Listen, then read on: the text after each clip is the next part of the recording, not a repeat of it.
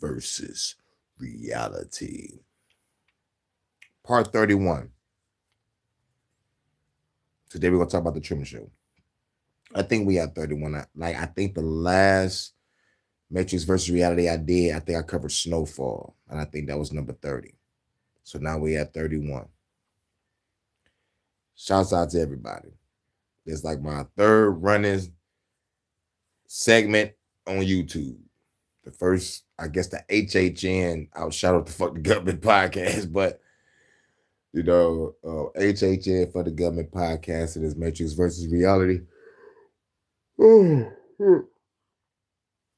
My bad, y'all. Sorry about that. Shouts out to everybody.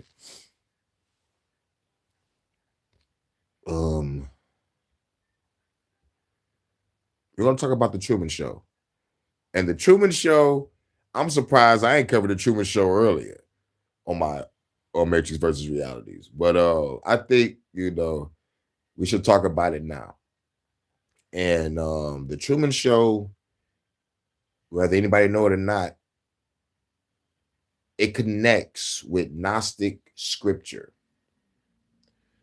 And now I ain't seen Truman Show when it came out, but I came across the Truman Show when I got older and I got to spirituality. Oh, that's fucking yawning and shit. I must be tired. But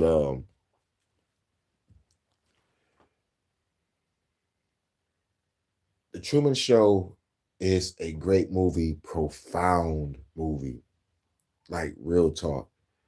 And we're going to connect the Truman Show with the Gnostic scripts. And we're going to connect it with reality, because my first Matrix versus reality talked about the Gnostic scriptures and the demiurge. And if the Truman Show connects with the demiurge, and the demiurge was number one, then let's just say the world is a stage. The world is a stage. So before we get off into it, we're going to play a couple songs.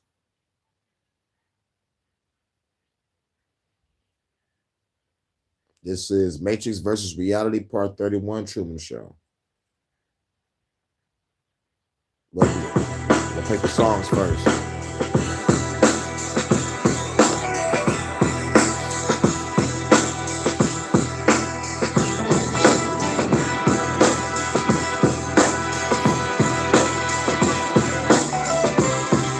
Cam 313. This a breath of the ancestors. With this time my heart, you get your head severed. Creep up in the building, get the fair records.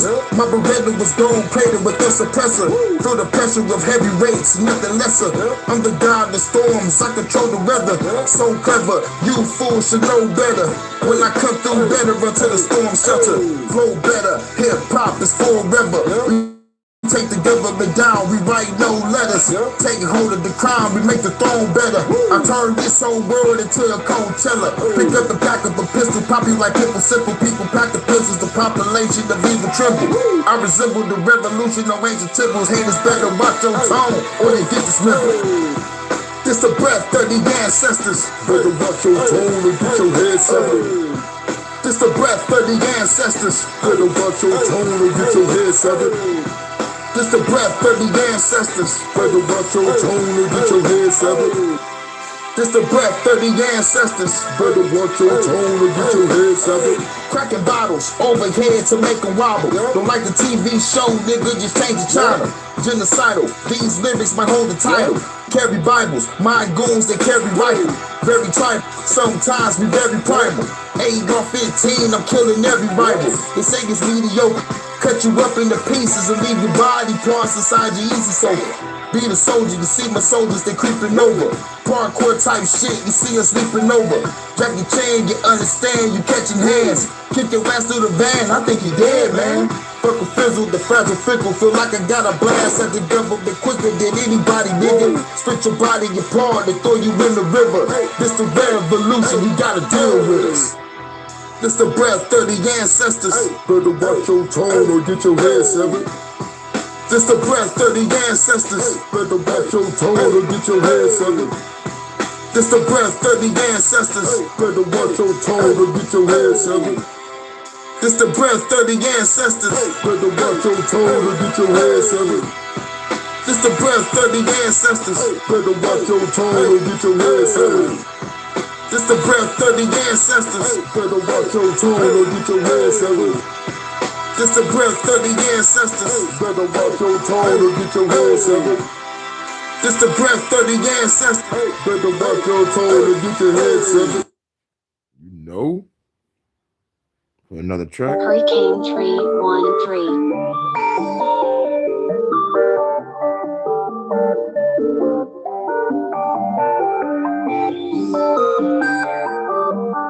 Road 1 production. 4/5 figure lift quick. Quicker when I pull the trigger, better dip quick. Think you quicker, better know I'm ballistic. John Carl Van Dam with a split kick. One shot I make a nigga do a full flip. Cause I heard I hit a target with the loose lips. Dipshit get thrown in the ditch quick. Ride out and I'm listening to trick. Detroit be the motherfucking misfits. Tell the girl to hand me the brick quick. But the figure gotta do it in an instant. Get the money, girl, we made the commitment. Our emperor, she gets the empress. We shoot when we walk in the entrance. And we taking everything on a wish list. Put the fucking government on a hit list. Gotta shoot it real quick. Could the government stay on the bullshit? Yep, we gotta shoot it real quick. Could the government stay on the bullshit? Yep, we gotta shoot it real quick. Could the government stay on that bullshit? Yep, we gotta shoot it real quick. Could the government stay on the bullshit? Yep, we gotta shoot it real quick. Could the government stay on the bullshit? Yep, we gotta shoot it real quick. Could the government stay on the bullshit? Yep, we gotta shoot it real quick. Could the government stay on the bullshit? Yep, we gotta shoot it real quick. Could the government stay on the bullshit? This track is a real hit. Do you wanna get hit with a real fist? Force feed a motherfucker with some drill bits. Then find out the karma is a real bitch. Then get the bit of car with a kill switch. Gotta cack everything in an instant. Got the rubber about to shoot you from a distance. 6 cents when I'm leaving the fences. Then they government offenseless. Fearless and relentless. Vicious when I rip this senseless. Verbal lyrics got me feeling alive. I take a line, then I gotta go. I hop up in a whip quick. Then picked up a real chick. Gotta go get a brick and pop us a lick quick. Fofo, she a quick wick. Kill the government quick. We ain't ready for this real hit. Shoot it real quick. Could the government stay on the bullshit? Yep, we gotta shoot it real quick. Could the government stay on the bullshit? Yep, we gotta shoot it real quick. Could the government stay on the bullshit? Yep, we gotta shoot it real quick. Could the government stay on the bullshit? Yep, we gotta shoot it real quick. Could the government stay on the bullshit? Yep, we gotta shoot it real quick. Could the government stay on the bullshit? Yep, we gotta shoot it real quick. Could the government stay on the bullshit? Yep, we gotta shoot it real quick. Could the government stay on the bullshit? Yep, gotta shoot it real quick. Could the government stay on the bullshit? Yep, we gotta shoot it real quick. Could the government stay on the bullshit? Yep, we gotta shoot it real quick. Could the government stay on the bullshit? Yep, we gotta shoot it real quick. Could the government stay on the bullshit? Yep, we gotta shoot it real quick. Could the government stay on the bullshit? Yep, we gotta shoot it real quick. Could the government stay on the bullshit? Yep, we gotta shoot it real quick. Could the government stay on the bullshit? Yep, we gotta shoot it real quick. Could the government stay on the bullshit?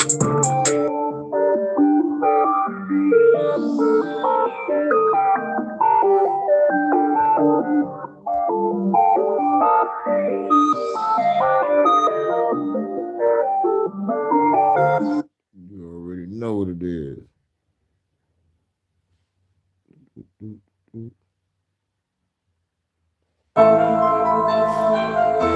Hurricane 313.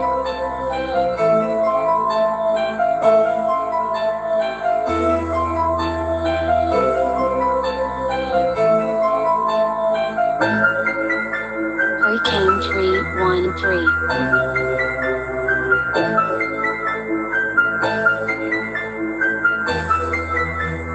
God of storms. Ride now in this bitch. All you haters ain't shit. Dealing with fast lyrics, slow lyrics. These bullets don't miss. But y'all worry about vibes.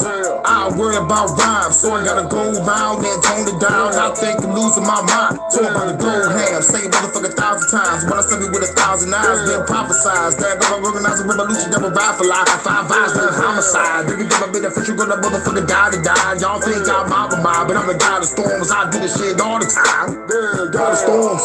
Bow down to the, bow down to the, bow down to the, bow down to the god of storms. Bow down to the, bow down to the, bow down to the, bow down to the god of storms. Bow down to the, bow down to the, bow down to the, all praise to the god of storms. Bow down to the, bow down to the, bow down to the, bow down to the god of storms. Trying to devastate, trying to go fast to whip up the brakes. Going at a pace you would never trace. Here come the impact you would never brace. Better vacate from the place, okay? The bay got my AK, but it's straight today. Revolutionary lyrics that I paved the way. From a rebel stuff to best spray your face. Leave your day, replicate. They gotta kill the government to manipulate. I'm pulling up like Hidden Blade. Walking up on that fan, this dog get a snip today. Little revolutionary today, but niggas is scared. Grab the gun, I'm getting prepared. All you haters, you better be real. Get prepared, cause the storm right here. God of storms, bow down to the, bow down to the, bow down to the, bow down to the god of storms.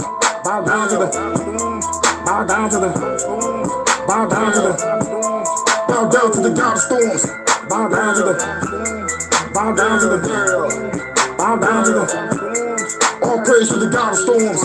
Bow down to the, bow down to the, bow down to the, bow down to the time I be the spark of the frankincense. We ain't giving this, but you know frankincense. Revolutionary that the day commence. We ain't going all out before the day is spent. They got Vinnie Jones as a paper clips. They watching everything on some major shit. They poison water, poison food, chemtrails in the air, they spraying shit. CDC, they make you see the black rock penalty, they taking shit. Tell us in the people some the great hurricane take a state to miss. Trying to rise up and raise the kids. Who bullet with me, let's take a trip. See the government to make it flip. It's time to fill the world with amazing hits. God of storms, bow down to the, bow down to the, bow down to the, bow down to the god of storms. Bow down to the, bow down to the, bow down to the, bow down to the god of storms. Bow down to the, bow down to the, bow down to the, all praise to the god of storms. Bow down to the, bow down to the, bow down to the, bow down to the god of storms.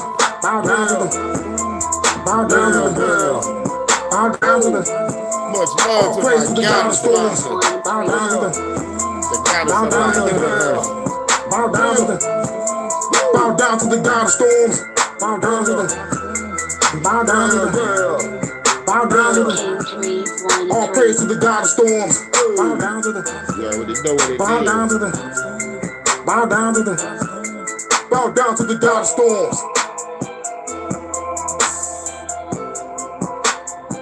You know. Hurricane That Bonnie and Clyde love right now. Yeah. We're about to get over to the Matrix versus reality after one more song after this to go into the Truman Show. But yeah, this is my Matrix versus reality. I'm glad you're here for the first appearance to the Matrix versus reality, Vonta. Welcome.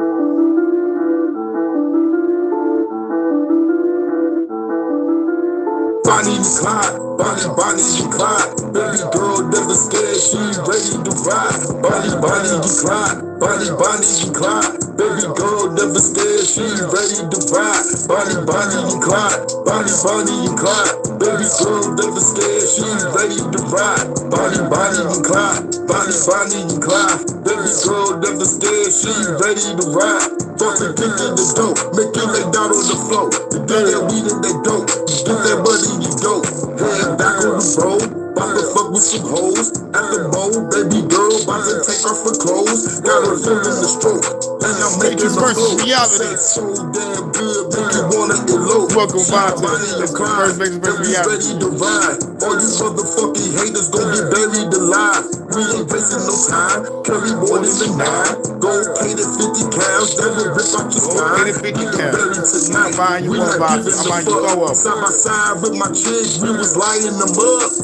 Bonnie and Clyde, Bonnie and Clyde. Baby girl never scared, she ready to ride. Bonnie and Clyde, Bonnie and Clyde. Baby girl never scared, she ready to ride. Bonnie and Clyde, Bonnie and Clyde. Baby girl never scared, she ready to ride. Bonnie and Clyde, Bonnie and Clyde. Baby girl never scared, she ready to ride. Headed to the UK, yeah, we racing You already the know, States. Vonta. For the Prime Minister, he getting shot in the Say face. ah, baby. Say ah. There's gonna be nothing today. My girl shot a sword off and she took off the face. While I'm hacking your place. Put the bomb in your place. Motherfuckers ain't ready when I blow up your state. Now let's chill on the beach. She's a freak of the week. Going all night, girl, we ain't going to sleep. Now it's back to the streets. Put these coppers to sleep. My girl a beast with the gun that we fighting for peace. My girl cold with the heat.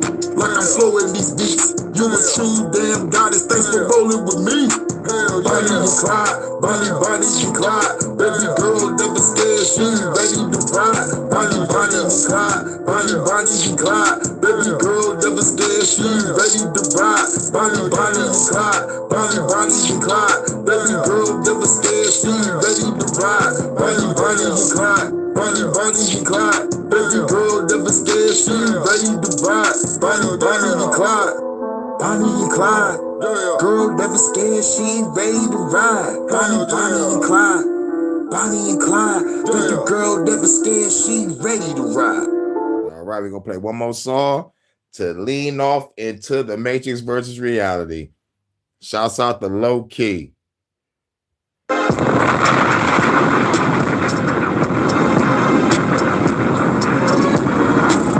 Idiocracy became real life.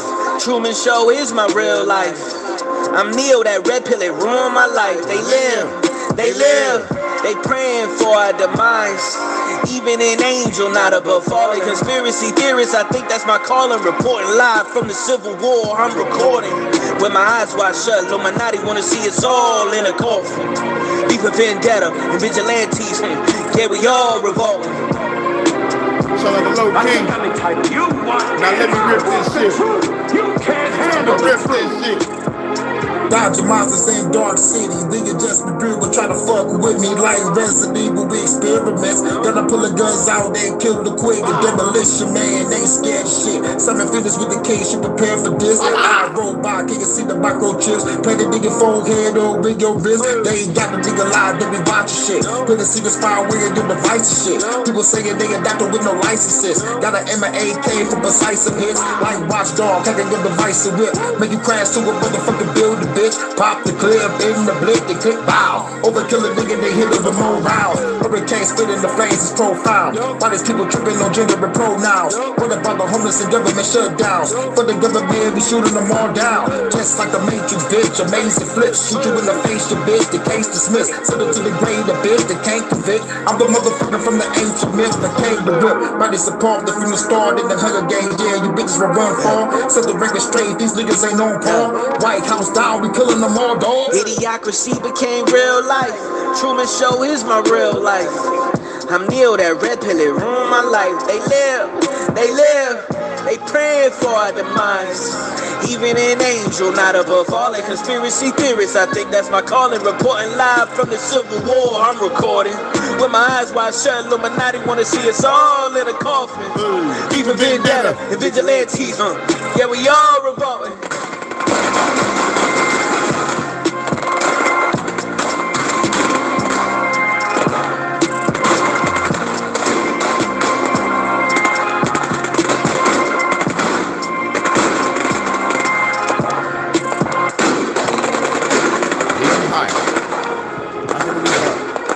Son, we live in a world that has walls, and those walls have to be guarded by men with guns. Who's gonna do it? You, Lieutenant Weinberg. I have a greater responsibility than you can possibly fathom. Now it's time to get off into Matrix versus reality. Welcome, Vonta. This is the first time coming to Matrix versus reality. We're about to break down the Truman Show, connected with the Gnostic scripts, which was my first Matrix versus reality. So it's got a kind of connection to another connection. Let's get it. The Truman Show, released on June 5th, 1998, is an American satirical science fiction film directed by Peter Weir and written by Andrew Niccol. Starring Jim Carrey as Truman Burbank, the film became both a critical and commercial success, grossing $264 million worldwide and earning numerous award nominations, including 3 Academy Award nominations. On the surface, it's a clever satire about reality television and media manipulation. A man discovers his entire life has been a television show broadcast 24/7 to a global audience, that everyone he knows is an actor, and that he lives inside a massive dome controlled by a godlike producer. But what most viewers miss, and what scholars like Randall Varardi have You're documented welcome, in academic Vonta. journals, Anything for the is that The goddess. Truman Show Much is one of the love, most baby. precise Gnostic allegories ever put to film. A nearly perfect cinematic translation of ancient Christian texts discovered at Nag Hammadi that describe reality as a prison created by a false god, humanity as divine beings trapped in ignorance, and awakening as the dangerous process of seeing through the illusion and escaping toward true freedom. Every major element of the film, Christoph as the demiurge, Sea Haven as the material world prison, Truman's glitches and suspicions as Gnosis beginning, Sylvia as Sophia calling from beyond the dome, and Truman's final crossing of water and ascent through the door as the soul's escape from archontic control, maps directly onto Gnostic cosmology with such precision that it's impossible to believe it's accidental. This isn't subtle symbolism open to interpretation. This is a deliberate, carefully constructed retelling of the Gnostic spiritual narrative for a modern audience. And once you understand the Gnostic framework, you can never watch the film the same way again.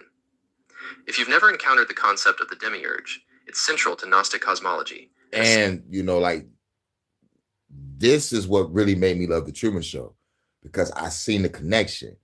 I'm like, man, this movie is deeper than what everybody really thinks. If they read the Dead Sea Scrolls of the Secret Book of John, or like read from the Nag Hammadi library, then it'll be like, man, The Truman Show is one of the greatest movies of all time. And to me personally, just because I read the Gnostic scripts and seeing The Truman Show, I'm like, man, this shit is fucking phenomenal.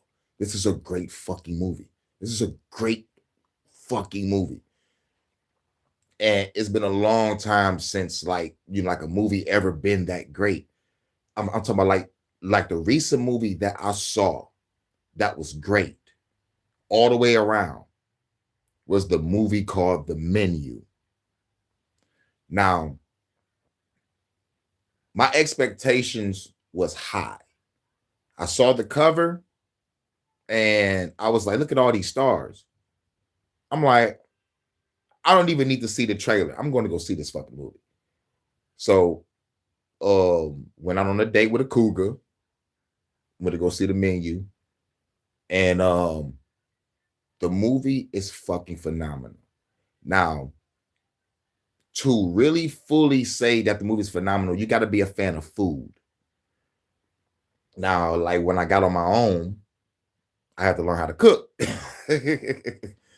And I learned early from my mom's. She was like, you better learn how to cook for yourself early, because a bitch ain't gonna cook for you every day. That shit stuck with me. So I learned how to cook. And looking at cookbooks, you know, trying to make shit perfect. Yeah, Vonta, I will be cooking up something great. Now we go to rabbit hole. You already know. I'll show you how deep the rabbit hole goes. Let me throw my Matrix glasses on. I'm Morpheus in this motherfucker. You know what I'm saying? Essential to understanding this film. According to Gnostic texts like the Apocryphon of John and the Hypostasis of the Archons, the demiurge, sometimes called Yaldabaoth or Saklas, is a false god who created the material world. He's not the true transcendent god, but an ignorant, arrogant being who believes himself to be the only god, and who fashioned the physical universe as a prison to trap divine sparks of consciousness within material bodies. The demiurge in Gnostic teaching is both powerful within his domain and fundamentally limited, unable to create true life or genuine freedom, only simulations and control systems that keep souls ignorant of their divine origin and potential for liberation. Christoph, played by Ed Harris, is a perfect cinematic representation of this figure. His name itself is a play on Christ plus of, suggesting a false Christ, a counterfeit deity. And Ed Harris, the person that played Christoph in the Truman Show movie, he played that role perfectly. Perfectly. It was the demeanor, the look in his eyes, and his overall presence. You know, it was just like, Ed Harris, you a bad motherfucker. You a bad motherfucker. Bad motherfucker. If I'm not mistaken, I think, was that Ed Harris from the Remember the Titans? Is that the same Ed Harris? Let me find out. Y'all let me know in the comments. Did Ed Harris play in like Remember the Titans as the defensive coach? I'm trying to remember. Because Ed Harris looked completely different in the Truman Show. He looked like You know, like he ain't look like a coach. You know what I'm saying? Let me see. Let me see. I have to go so Monday morning here. Oh, snap, I know. All right, cool. Let me keep playing. Let me keep playing the Literally movie. called the creator in the film. He designed Truman's entire world, Don't work controls too the hard, weather, baby. orchestrates every aspect of Truman's existence, and speaks to Truman from the sky in the film's climactic scene, exactly as a god would. When Truman finally confronts him, Christof says, "I am the creator of a television show." But within the dome, within Sea Haven, he is the creator. He made this world. He controls everything in it. He determines what Truman can know and cannot know.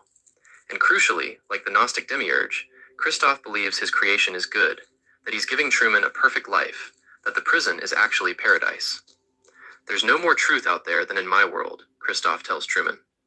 This is the demiurge's fundamental delusion, believing that the limited created realm is all that exists, that there's nothing beyond it worth seeking. The Gnostic texts describe the demiurge declaring, "I am God, and there is no other," ignorant that the true transcendent God exists beyond the material cosmos he created. Christof makes the same claim about his constructed reality, insisting to Truman that the real world outside offers nothing better than Sea Haven's controlled perfection. And like the demiurge who becomes violently defensive when humans threaten to escape his control, Christof literally tries to kill Truman with a manufactured storm when Truman attempts to sail beyond the dome's boundaries. Okay, baby. The creator would rather destroy his creation than lose control over it. Sea Haven Island, the idyllic small town where Truman lives, is a cinematic representation of what Gnostics called the kenoma, the deficiency, the inferior material realm, the prison of flesh and matter. On the surface... Oh, no. The coach was Will Patton. Will Patton was the coach that played on Remember the Titans. He had my favorite line in the movie. Denzel had the second favorite line. He was like, water's for cowards. Water's for getting blood off my uniform, and you don't get no blood on my uniform. You must be outside your mind. But Will Patton, when he was on that field, talking to the and that motherfucking Petey was on some bullshit. And the nigga Will Patton is like, all right, dog, you want to be a star? You got to give me a star effort.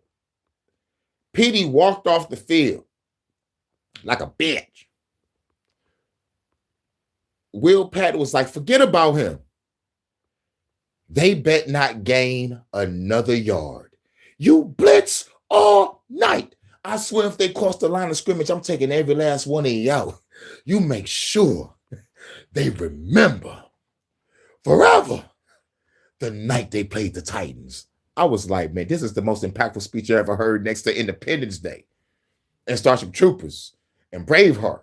I'm like, that's up there in my top 5. Man, they fucked that team up. They was knocking they fucking asses out. On the first play, the fucking Titan walked up to that motherfucker nigga. He was like, you better make yourself comfortable down there. Real comfortable. I was like, oh, shit. Enjoy the rest of the day and your night. Be safe and stay blessed, everyone. All right. Much love to the goddess. The goddess have spoken. Y'all pay homage to the goddess. All right, let me walk you to your ship. Let me walk you to your ship and see if you won't know. Who's that lady? Shouts out to Fonta. Sea Haven appears perfect. Friendly neighbors, white picket fences, 1950s American dream aesthetics, constant sunshine, literally controlled by Christof. But beneath the perfect surface, it's entirely artificial, constructed, fake. Every person is an actor. Every interaction is scripted. The sky itself is painted. The sun and moon are mechanical lights on tracks. Nothing is real. Nothing is authentic. Everything exists to keep Truman contained, comfortable, and ignorant. The Gnostic texts describe the material world in strikingly similar terms. As a simulacrum, an imitation of true reality. A cosmic stage set designed by the demiurge to keep divine souls trapped in ignorance while believing they're free, and that this limited existence is all there is. The Gospel of Philip states, "The world came about through a mistake. For he who created it wanted to create it imperishable and immortal. He fell short of attaining his desire." Sea Haven is exactly this. Christof's attempt to create a perfect, imperishable world that falls short because it's fundamentally artificial, fundamentally limited, fundamentally a prison despite its pleasant appearance. The dome itself, visible from space in the film, is the material boundary, the barrier that marks the edge of the demiurge's domain. In Gnostic cosmology, the material world has boundaries beyond which lie the higher realms of true spiritual reality, the pleroma. Souls trapped in matter must break through the firmament, the barrier separating the material from the spiritual, to escape back to their divine origin. Truman sailing to the... Yeah. And what's on the other side of that dome? You know, when Truman made it out, like when y'all watch the Truman Show, and he makes it to the end, and you know, what's on the other side? Looked like complete darkness. But we should already know what's on the side. We just got to put two and two together. He's inside of a reality TV show the size of a fucking city. You know what I'm saying? Once he get out, he is going to bump into all the people that was watching his ass. They be like, oh my God, it's the real Truman. That's part 2 of the Truman Show. When you walk out that bitch, he a celebrity. He's like, oh my God, it's the real Truman. Oh my God. Or he gonna come out that bitch and start going crazy. Start popping people. Truman Show 2. Truman has gone postal. Like, yo, living like that'll make anybody fucking snap. I'm talking about like, nigga, you selling on a boat and you fucking smack into a wall. Go up a staircase and walk through a door. How the fuck would you feel? Your whole paradigm of reality would just shatter right before your eyes. You will be like, what the fuck? Is I'm a toy? Is I'm an experiment? Man, nigga, I would have just motherfucker. I'm glad Truman didn't have a gun. I'm talking about real shit. I'm glad Truman didn't have a gun. Salute D Townsend. What up, though? What's good? What's good? Talking about the Truman Show. And we're connecting it with the Gnostic scriptures. We probably might go back a couple seconds. By itself is painted. The sun and moon are mechanical lights on tracks. Nothing is real. Nothing is authentic. Everything exists to keep Truman contained, comfortable, and ignorant. The Gnostic texts describe the material world in strikingly similar terms. Yes, I'm glad you remember that movie. That movie is very profound and very astonishing. And people are seeing this shit. Like, I actually saw some shit. I saw the craziest shit in the world. Drones flying over my heads. I'm thinking, you know, like, by me being a revolutionary conspiracy theorist and maybe 1 or 2% paranoid, that I always feel like helicopters flying over my head and watching me. But one night, I'm coming back from the gas station and the same helicopter flying over my head since 2015. Now it stops right above my head. And then some fucking light just pops up out of nowhere, floating up into the sky, being monitored by the helicopter drone like shit. It stops, and then the fucking light looks like it turns into a fucking star. And then you go on fucking Reddit and people are seeing the same type of shit. I'm like, I didn't want to think we living in a Truman Show, but after that night, this shit happened last year. And you like around either I think October or November, you're like one of those months, probably September. Like, I gotta look at the video that I timestamped. And then speaking of the video that I had, it motherfucking got rid of the video in real fucking time. In real fucking time. I tried to break the video up and put the shit on fucking YouTube. Try to send it to a couple people offline. Deleted my shit in real time. In real fucking time. I am heated about that. And real shit. After I saw that, I'm not even gonna lie, I motherfucking slept with my gun on me all that night because I'm thinking I'm seeing something I'm not supposed to be seeing right now. That's the first thing popping in my mind. I'm seeing something I'm not supposed to be fucking seeing right now. I'm about to sleep with my motherfucking burner. Like real shit. Movie about reality shows before reality shows. Well said, perfectly spoken, for sure. It showed you. It fucking showed you. This was 98. This was 98. And as a matter of fact, when did the first Real World come out? I think the first Real World was New York. Didn't they go to New York first? Let me find out this. Salute D. Thompson. In the Dollhouse, you already know. We got the Dollhouse lounge set up. The Rock Ladies are playing, rocking out on the USS Hurricane. You already know what it is. When did the first Real World come out?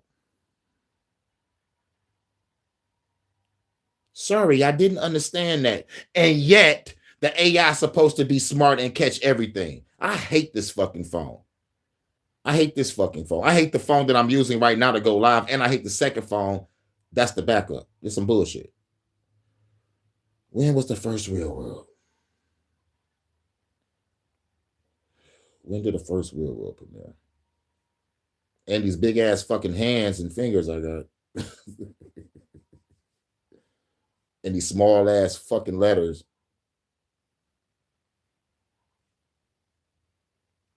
My favorite Real World was Chicago. What made me hate the Real World was the Real World Real Rules. Okay, the first episode of the Real World was 1992. Damn.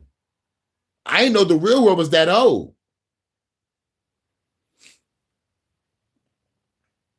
I could have sworn, well, probably when I started watching the Real World, and yeah, it was probably, oh, all right.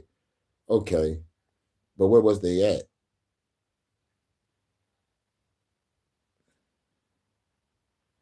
92, 93. Okay, yeah. I was right about them being in New York, though. Unless I saw it in my subconscious in 92. But like I remember being in high school and seeing them seeing a bitch get slapped in the face. Bitch nigga walked up to the fucking cab, opened up the door. The bitch was in the car, he just slapped her ass. I was like, oh shit. Welcome to the real world. Like, what the fuck? Welcome to the real fucking world. Damn, you was like 12. Oh man, I don't know. It's like, yo, bro, I didn't even know. Real shit. I thought the Real World came out in the early 2000s. I thought I probably would have said maybe like 20,000, damn, 2000 or 2001. But I could have sworn that the fucking one I saw today was in New York. But they probably, it went back. They probably had to go back. It's like, fuck it. Like since we've been out since 92 and since we're in the new millennium, we might as well go back to the beginning. They probably did that. Yep. It said 92. It was inspired by a show that came out in 1973 called The American Family. Yep. Man. The Real World, Chicago. That's my favorite one. But what made me hate the world, motherfucking Real World, was the Road Rules Challenge. They called everybody back from the original shows to do challenges and shit, to make it look like the show. What's that show? They be challenging each other. Damn, dog, I forgot. Like, not Amazing Race, but it was something else that came out that was on some challenge shit.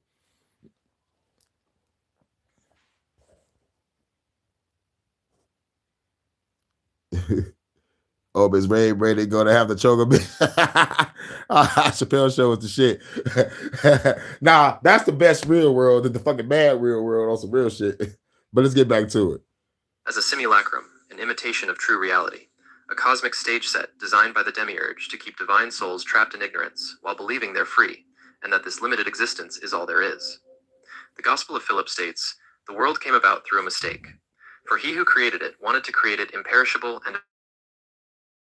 Now that's deep. Now you got to read the Gospel of Philip. This part of the Dead Sea Scrolls, everybody. The Dead Sea Scrolls. You know what I'm saying? Like when I was studying the Bible, realized it was full of puzzles, mysteries, riddles, contradictions, metaphors, symbolisms, parables, analogies, mythology, numerology, and a splash of spirituality. But most importantly, there was holes in it.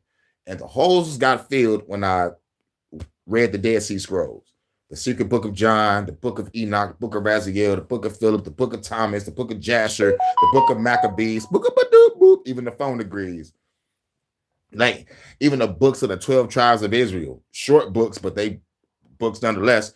Read the books of Adam and Eve, but like I think that shit was like made later on.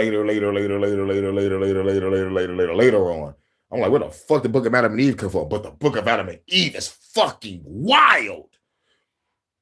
It kind of confirms how the angels really thought of humans. You know what I'm saying? and yet we thought demons was really truly after humans. Nigga, angels didn't like us either. Just for the simple fact we was created. Like, nigga, like honestly, like god damn. But at the same damn time, y'all angels wanted our women. So I gotta say this, ladies, pat yourselves on the back. Because if an intergalactic cosmic fucking deity with phenomenal cosmic powers want to come down here and smash you, ladies, you the shit. And obviously, it ain't no bad bitches in heaven. If a motherfucker gotta come down here and fuck these bitches, it ain't no bad bitches in heaven. This is why Eddie Griffin said on the movie Foolish, nigga, you want to go to heaven with white suits on with wings that can't have no pussy? No, I'd rather go to hell, get my dick sucked, smoke a joint, kick a bitch in the ass every now and then. That's my shit. Foolish. Eddie Griffin, Master P. Check that movie out. Classic. It's a classic. It's like part of Eddie Griffin's life. You know what I'm saying? And he said it's one of his best movies. He said, Master P get a nigga $1 million. I was like, yo, they make this movie with bet. When did Survivor come out? Survivor was a good one too. I think, yeah, Survivor was another one of them challenge shows. I like that show. You know, like for a minute until I found out the fake shit that was going on behind the scenes. Like it was like once I found out about the fake shit, like, you know, I kind of took the illusion away. So like I kept watching Amazing Race. I was like, fuck it, I'll watch Amazing Race because like this is realistic. Motherfuckers traveling across the country, they make it to the city, they gotta run to the motherfucking challenge, do that shit. Either by yourself or you with your wife or your girlfriend or your friend or your brother, your sister, your cousin, whatever.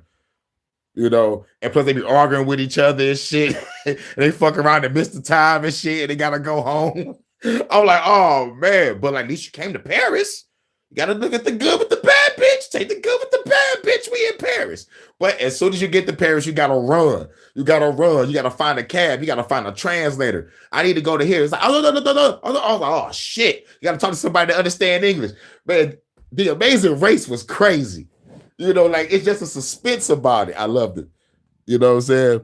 But let's find out when Survivor come out real quick. We're gonna get back to this. You know, like this is a request from DT. And like plus I want to know too.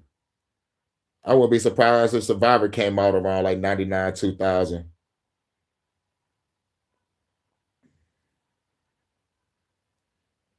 I'm checking now. Like I kind of gotta type slow because my fucking hand is too big and my fingers is big as fuck. And plus it's a small ass fucking phone for some reason. Or maybe I'm, you know. All right. Premiere.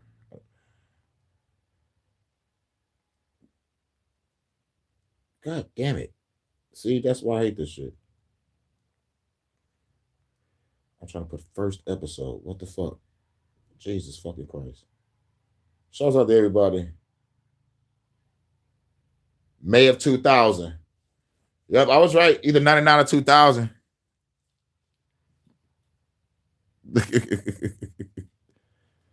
Yep, 2000. May 31st. Short of attaining his desire. Sea Haven is exactly this. Kristoff's attempt to create a perfect, imperishable world that falls short because it's fundamentally artificial, fundamentally limited, fundamentally a prison despite its pleasant appearance. The dome itself, visible from space in the film, is the material boundary, the barrier that marks the edge of the demiurge's domain. In Gnostic cosmology, the material world has boundaries beyond which lie the higher realms of true spiritual reality, the pleroma. Souls trapped in matter must break through the firmament, the barrier separating the material from the spiritual, to escape back to their divine origin. Truman sailing to the edge of the dome and finding a physical wall with a door is a literal visualization of this Gnostic teaching. The material world has an Q edge, a boundary, and beyond it lies something the demiurge doesn't control. In Gnostic texts, the demiurge doesn't maintain control alone. He creates and employs the archons, rulers, authorities, beings who serve as prison guards, keeping souls trapped in ignorance and identification with the material world. The archons work by deception, by creating repetitive patterns, by keeping humans focused on base concerns, survival, desire, fear, status, that prevent spiritual awakening. They're described as having limited consciousness themselves, as being unable to truly understand spiritual reality, functioning more like programmed beings carrying out the demiurge's will to maintain imprisonment. Every actor in Sea Haven functions precisely as an archon. Meryl, Truman's wife, Laura Linney, isn't his actual partner, but an actress playing a role, maintaining the illusion. And when Truman begins questioning reality, she desperately tries to keep him asleep through manufactured domesticity and literally advertising products to him mid-conversation, keeping him focused on material consumption rather than existential questions. Marlin, his best friend, Noah Emmerich, feeds Truman lines written by Kristoff designed to reassure him, to make him doubt his own perceptions, to keep him passive. When Truman asks Marlin if he's part of the setup, Marlin responds with Kristoff's scripted words. The last thing I'd ever do is lie to you. Simpsons. I mean, think about it, Truman. If everybody is in on it, I'd have to be in on it too. It functions precisely as an archon. Meryl, Truman's wife, Laura Linney, isn't his actual partner, but an actress playing a role, maintaining the illusion. And when Truman begins questioning reality, she desperately tries to keep him asleep through manufactured domesticity and literally advertising products to him mid-conversation, keeping him focused on material consumption rather than existential questions. Marlin, his best friend, Noah Emmerich, feeds Truman lines written by Kristoff designed to reassure him, to make him doubt his own perceptions, to keep him passive. When Truman asks Marlin if he's part of the setup, Marlin responds with Kristoff's scripted words. The last thing I'd ever do is lie to you. I mean, think about it, Truman. If everybody is in on it, I'd have to be in on it too. This is archontic gaslighting, making the victim doubt their own emerging awareness by presenting false sincerity. The archons in Gnostic teaching maintain control not through obvious force, but through subtle manipulation, through keeping the soul comfortable enough not to rebel, while distracted enough never to awaken. Sea Haven's actors do exactly this. They create a pleasant, predictable life for Truman, but one carefully designed to keep him from ever questioning, from ever attempting to leave. That episode was funny as fuck, bro. You made me pause that shit. That episode was funny as hell.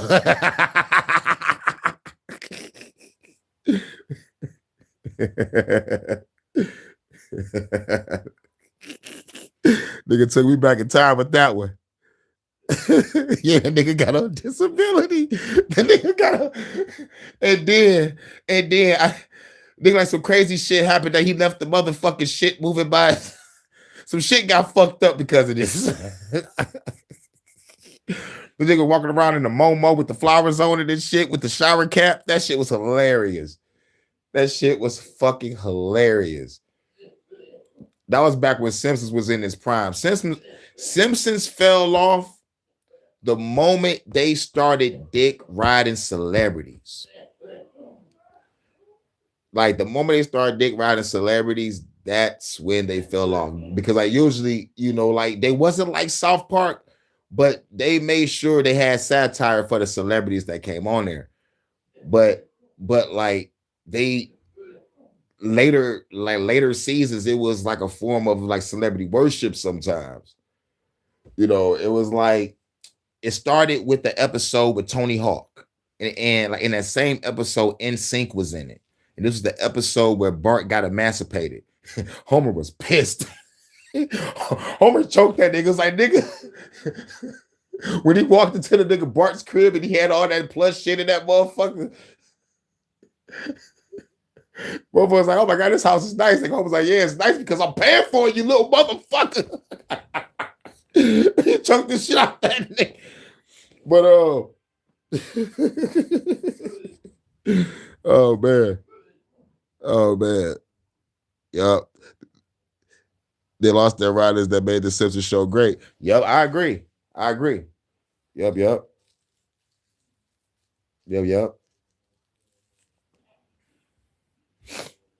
From ever discovering his true nature and the reality beyond the dome. The film's inciting incidents, the stage light labeled Sirius falling from the sky, the rain shower that only falls on Truman, the radio frequency accidentally picking up Kristoff's crew, coordinating Truman's movements, the glimpse of his supposedly dead father.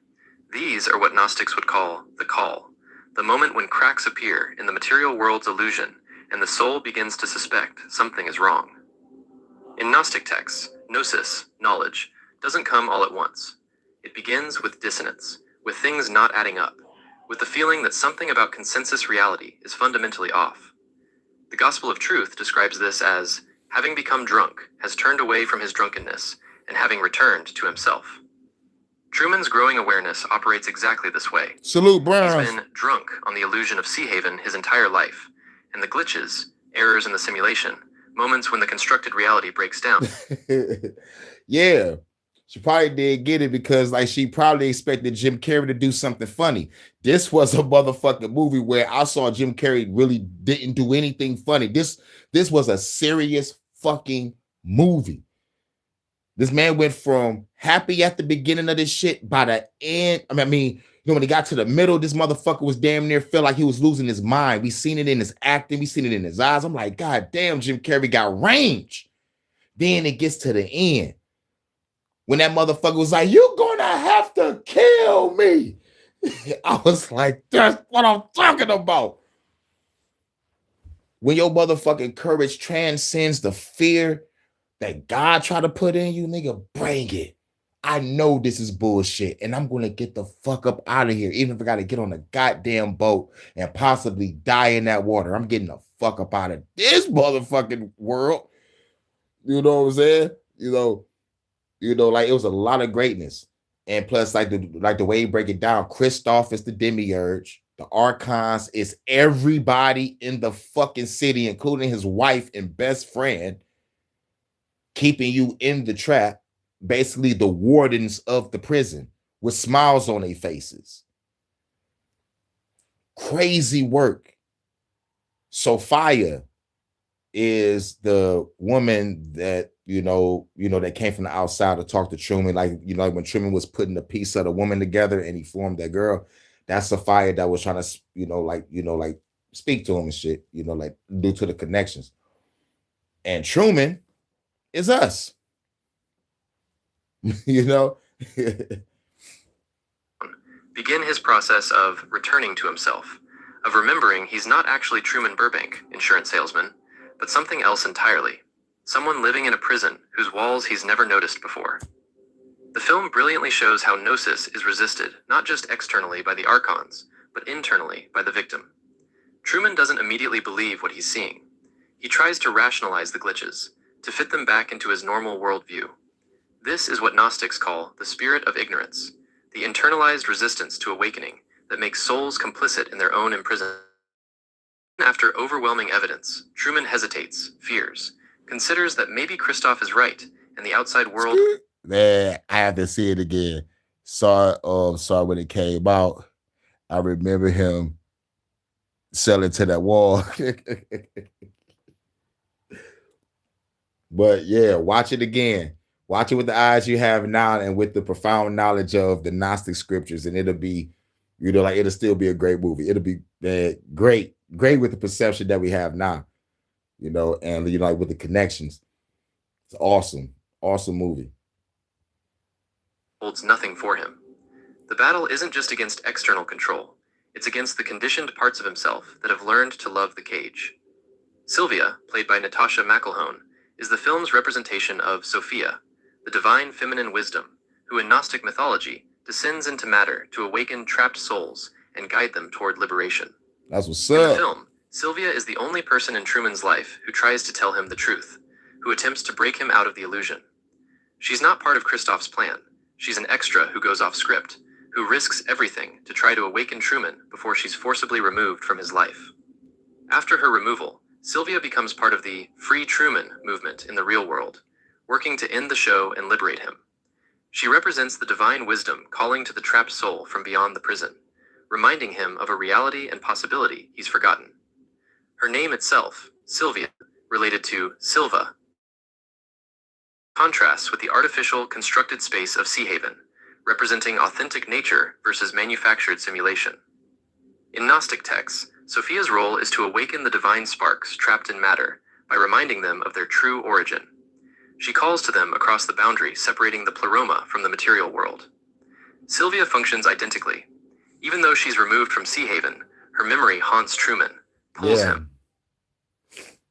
It's like one thing when you meet that special someone, it's like it's like magic. It's like the eyes, like the fucking faces. Like Truman, it was like she was stuck in this man's mind to the point where he carved out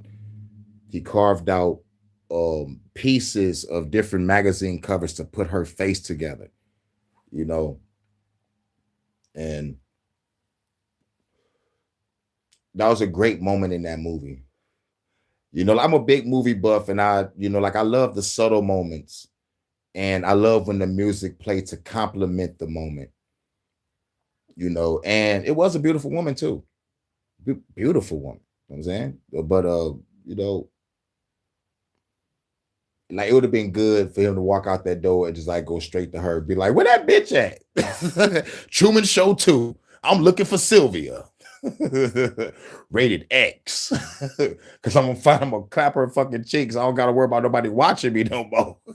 I always but I don't got a place to stay, Sylvia. So can I move in? She gonna be like, hell yeah. And then it's gonna be clapping cheeks off. You know what I'm saying? So like once Truman break out the cage, go find the girl, and then it's happily ever after. But real shit, he gonna come out and like it's gonna be a whole bunch of people say, "Oh my God, it's Truman." That shit gonna be hilarious. Truman Show 2. A great musical score. Yep. Really happy movie. Great. Hell yeah. I watch classic movies, and those classic movies have a great motherfucking music in the background. And when the suspense start, the motherfucking music pick up. When it get low, everything gets low. It's in the classic movies. Real shit. All the classics. Well, like not all the classics. I still gotta watch some, but like some great classics out there. Most I forgot the names too. Gladiator was the shit. I ain't see part 2. And I got to watch the old Gladiator, and I got to watch the old Clash of the Titans. I saw the new one, in the Wrath of the Titans, and that shit was pretty good. But I want to see the old one. Fighting that rubbery monster and shit. Yup, glorious music. It didn't feel right. Part 2. I ain't seen part 2. I did see part 2. I heard Denzel was in it. And I was like, oh shit, Denzel was in it. But I still never got a chance to see it. I heard it was pretty cool. But majority of the people said that it wasn't better than the first one. So like once that happens in this majority, I'm like, damn, I ain't about to watch this shit.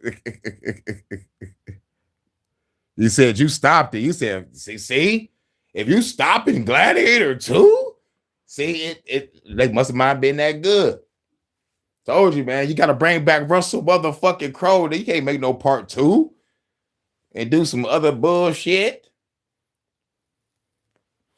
Yep, and I heard like Denzel played a cool character. Like with his manipulation, whatever. Like I read like character synopsis of the characters, but It should have been good. It's Gladiator. Like it's fucking Gladiator.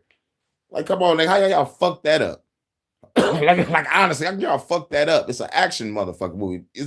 Show the swords, show the fights, do a little motherfucking sex scenes with the hoes, get back to the battlefield, fight some more, plan your breakout scene, get everybody fighting, and then you kill the motherfucking evil king, and the motherfucking movie is over. Come on. It is that fucking easy. But no, I bet that shit was dialogue heavy as shit. They had action in the beginning, dialogue all through it, one action scene in the middle, dialogue through the rest to the end. That's not Gladiator, man. That's not Gladiator.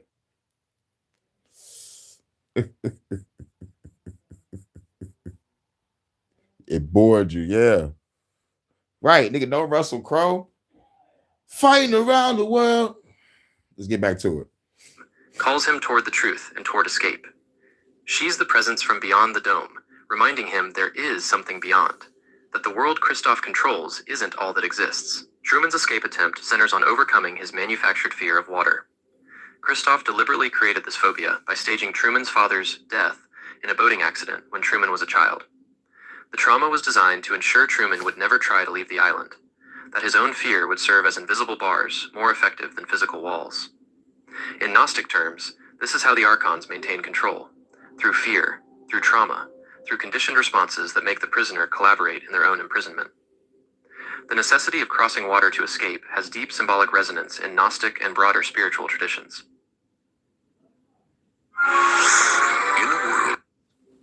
Water represents chaos, the unconscious, the boundary between states of being. To escape Sea Haven, to escape the material prison, Truman must face his deepest fear, must cross the boundary that terrifies him, must risk death.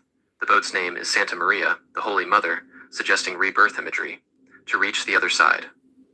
When Christoph unleashes the storm trying to kill him, Truman literally lashes himself to the mast and screams, "You're gonna have to kill me." That's this right. is the soul's defiant refusal to submit to the demiurge's He said, "You're control. gonna have to kill me." The moment when the fear of remaining imprisoned becomes But yeah, greater that than the first fear of scene, hell destruction yeah. in attempting escape. The film's climax finds Truman's boat striking the dome's painted wall. He touches the false sky, discovering it's physical, artificial. He finds stairs, a door marked exit. This is one of cinema's most perfect visual metaphors for the Gnostic teaching about escaping the demiurge's realm. The material world has a literal edge. Beyond it lies something else. And there's a door, an exit, a way out for those brave enough to find it and walk through. Christoph makes his final appeal. "You can't leave, Truman. You belong here, with me. Talk to me. Say something." "Well, say something, goddammit. You're on television. You're live to the whole world." The demiurge demanding acknowledgement, demanding the soul recognize his authority, begging the escaping consciousness to stay in his control. And Truman's response is perfect. "In case I don't see ya, good afternoon, good evening, and good night." And I damn near had a motherfucking tear come out my eye. I had to get up and applaud for that. I was like, yeah. It wasn't no, why did you do this to me? Why did you put me through this? Everything is a lie. It wasn't none of that. He could have had all the questions to ask that voice that was popping up out of nowhere. Come on. It was like, just in case y'all don't see me. Good morning, good evening, and good night. Greatest line of the fucking movie. Greatest line of the fucking movie. It was like, I just went through hell and high water to find out all this shit is some bullshit. Nothing you can do can stop me from going through this fucking door. You know? But what's on the other side of that door? We saw darkness, but in the lore of the movie, it's the outside world where everybody at that was watching the show. So, you know, once they sent out a search party for Truman, they were like, "There go Truman." He'll be all fucked up because he had to go through probably a big ass field or something. I forgot the dome looking where it was at. But yeah, he got to go through some shit first before he get a rescue party. Or Truman Show 2 on the run. They're like, get that fucker Truman. Christoph might send some goons after Truman. Truman gonna have to motherfucking be in the woods like Predator. It's like, he gonna say my words. Y'all think I'm trapped in here with you? Y'all bitches trapped in here with me. Well, it ain't my words. I got that shit from Warshak from The Watchmen. That's a great motherfucking book. It's kind of dialogue heavy, but it's a great fucking book.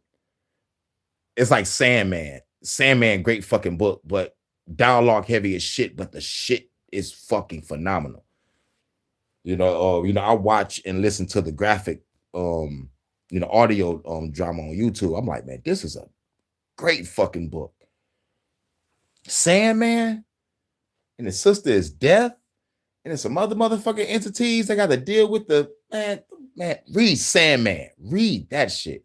But first things first, read The Invisibles. Read The Invisibles by Grant Morrison. And even the phone agrees. like read that shit. That's called Synchronicity and Confirmation. I'm cataloging that. Was he like adopted by the studio in the Truman Show? Oh no, like he was just born in it. Like he think he just living in like a normal ass life, but he start seeing the cracks in the illusion. Like his daddy died in front of him, and then when you get grown, you end up seeing this motherfucker. then they haul him away. Like, oh shit, nigga, I just saw my motherfucking father. And I just watched that nigga die from a traumatic experience. What the fuck is going on here? You know what I'm saying? So, it's like if like you found out you was in a TV show tomorrow, you'll be fucked up. You will be fucked up. You will only talk to people you trust. And then you will have to ask them certain questions to make sure that they not part of the illusion. But if you, oh my fucking God, bro. It just like the show, God damn, the movie would be more terrifying in real life if someone was to really truly find out that all this shit was fake. Everything from your family to your friends to everything at your workplace, everything, like the motherfucking, have you heard the term, the world doesn't evolve around you? But well, in this case, it does. And the goal of them is to keep you in an illusion. They to fucking keep, I'm talking about you could be living a fucked up life and the people around you is keeping you in that fucked up life. That's why I say that the Truman Show could be motherfucking real more devastating if it was fucking real. Like, dude.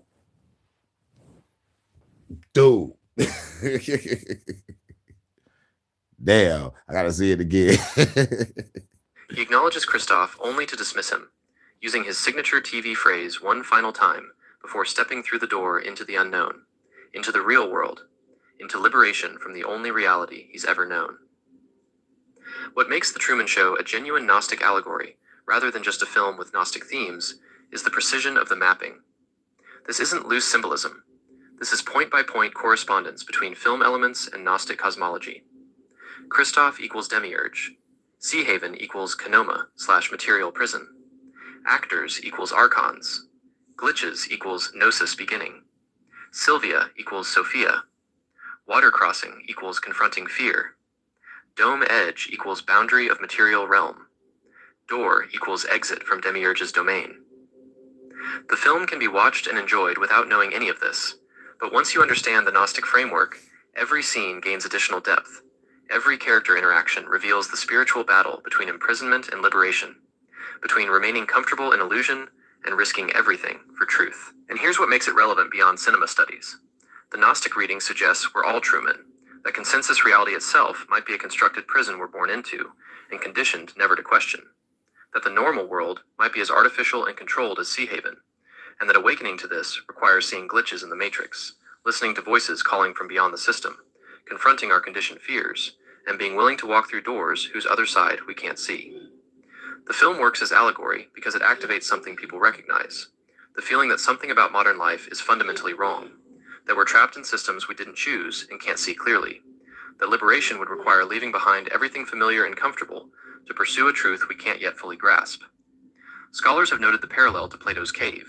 The 2022 Cannes Film Festival website explicitly described the film as a modern reflection of Plato's Cave, which itself is a proto-Gnostic allegory about prisoners mistaking shadows for reality. But The Truman Show goes further than Plato by showing the creator of the cave, by naming him Christoph, false Christ, by having him speak from the sky claiming to offer protection and love while actually maintaining a prison, and by showing the prisoner not just escaping, but recognizing and rejecting the false god's final manipulative appeal. Whether writer Andrew Niccol and director Peter Weir consciously intended all these Gnostic parallels, or whether they emerged from the archetypal depths of the story itself, the result is the same. A film that translates ancient spiritual wisdom into modern cinematic language, making Gnostic teachings about the demiurge, archons, Sophia, and the soul's escape from material imprisonment accessible to millions who would never read the Nag Hammadi texts, but who recognize Truman's journey as somehow reflecting their own. That's what makes it not just good cinema, but genuine allegory. It tells a story that's simultaneously about one man discovering his life is a TV show, and about every human soul discovering the world is a prison, and liberation requires the courage to walk through the door into the unknown, leaving the false creator behind, no matter how loudly he calls you back. Yup. And that's the Matrix versus reality. But got a bonus. Now, I'm a big comic fan, and I'm into Marvel and DC. But even Marvel and DC has this same archetype. Well, at least the newer comics. Like, I'm just got into Absolute Batman. This shit is fucking crazy. And the new Marvel got their own shit. I think it's the Ultimate Universe. You know, like it's alternate universes, but it's ran by, you know, an entity that's just like the Demiurge. So we're about to get off into Marvel and DC. It ain't a long video either. It's only 13 minutes, but it's gonna still connect. But like if you're a fan of comics, you'll probably check it out. You know, I watch them all at Comic Storian. You know, RIP to the, you know, to the guy that ran it for a minute. Like lost him. I think he drowned or something. I'm not really sure. Something happened. I don't know if it was a drowned or a heart attack. I'm not really sure. But you know, RIP to the original guy, the Comic Storian. You know, that's why I watch all my comic shit at. And you know, and he reads the comics in like a dramatic way, like you watching a movie or some shit. So I'm like, all right, cool. This is cool. This is cool. I fucks with it. But there's an Absolute Batman, Absolute Superman, and an Absolute Wonder Woman. I gotta watch Wonder Woman next. And then I'm gonna watch the Superman one. But like the shit is crazy, man. Absolute Batman is like, he's not rich. You feel me? It's another universe where the nigga's not rich. This motherfucker's a hardworking motherfucker, but this nigga motherfucking Jack like motherfucking Brock Lesnar in this bitch. Like, what the fuck? This nigga's like a fucking tank. This nigga got an axe on his chest. This nigga tank is the size of a fucking building. I'm like, Alfred is a fucking secret agent hunting down Batman, but then they start working together. But all of the villains is fucking flipped. It's like, oh my fucking god, y'all just read Absolute Batman. But yeah, this shit cold, but it still connects with the Demiurge because we're still on the same subject. Let's get to it. Marvel's relaunch of the Ultimate Universe. And then we're going to end it with George Carlin. You know what I'm saying? We're going to end it with some good George Carlin. If y'all into George Carlin, we're going to listen to 16 minutes of him. I got like a little clip. But we're going to listen to this, then we're going to listen to George Carlin, then we're going to get up out of here. What if the universe wasn't broken, but manufactured? What if evil wasn't a flaw in the system, but the system itself, right down to the atoms? Marvel's relaunch of the Ultimate Universe and DC's Absolute Universe don't just reimagine superheroes. They reimagine reality itself. The world they inhabit is engineered by two of the most evil villains in comic history into something twisted, wrong, and malicious. Whether intentionally or not, both universes reflect one of humanity's most controversial religions, Gnosticism. The Gnostics had a radical explanation for all the evil in the world. What if God was a psycho idiot failson? Now, that's of course not how they worded it, but that's the gist of the concept behind the Demiurge. I'm King Rex, comics YouTuber and experienced occultist. And what I want to do with this video is not just talk about some really cool comics and their philosophical backbindings, or to show off my occult knowledge. I want to talk about why these comics work and why this obscure religion is so relevant to today's environment. Now, before we start, make sure that you like and subscribe. It really helps me in my battle against the evil tyranny of the YouTube algorithm. And the government. Gnosticism comes from the Greek word gnosis, meaning knowledge or insight. While the exact origins are debated, Gnosticism arose in the 1st and 2nd centuries among Jewish and early Christian communities. It was a chaotic time. Political upheaval, religious conflict, social instability. People looked at their world and found it deeply wrong and troubling. According to the Gnostics, the world we inhabit was not broken by accident, nor by the failings of humanity alone. Right. It was created by a lesser, flawed being they called the Demiurge. That's right. Or Yaldabaoth. This creature believed himself to be the true God, and with his ignorant will, he crafted a cosmos that was fundamentally defective. Like a child trying on their parents' suit. Above this imperfect creation existed a transcendent, unknowable God, one untouched by suffering and corruption, the one whose true realm lay beyond our material universe. A universe we were cut off from.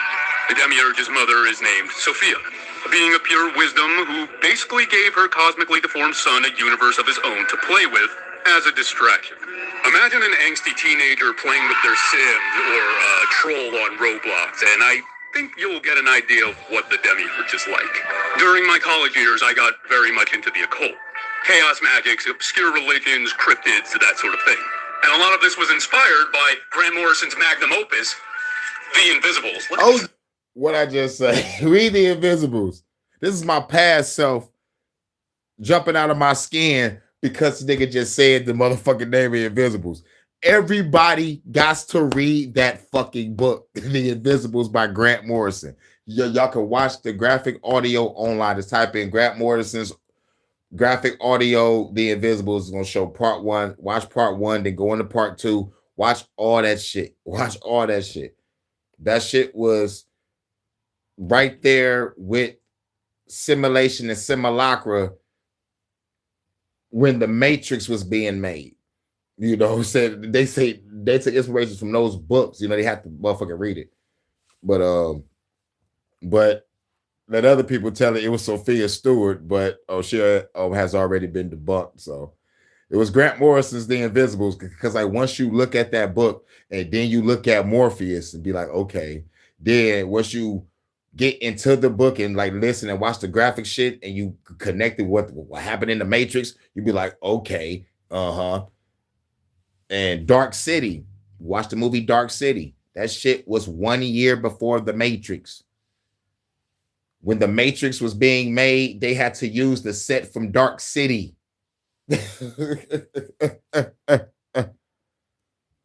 George Carlin. An absolute unit. It cost me hundreds.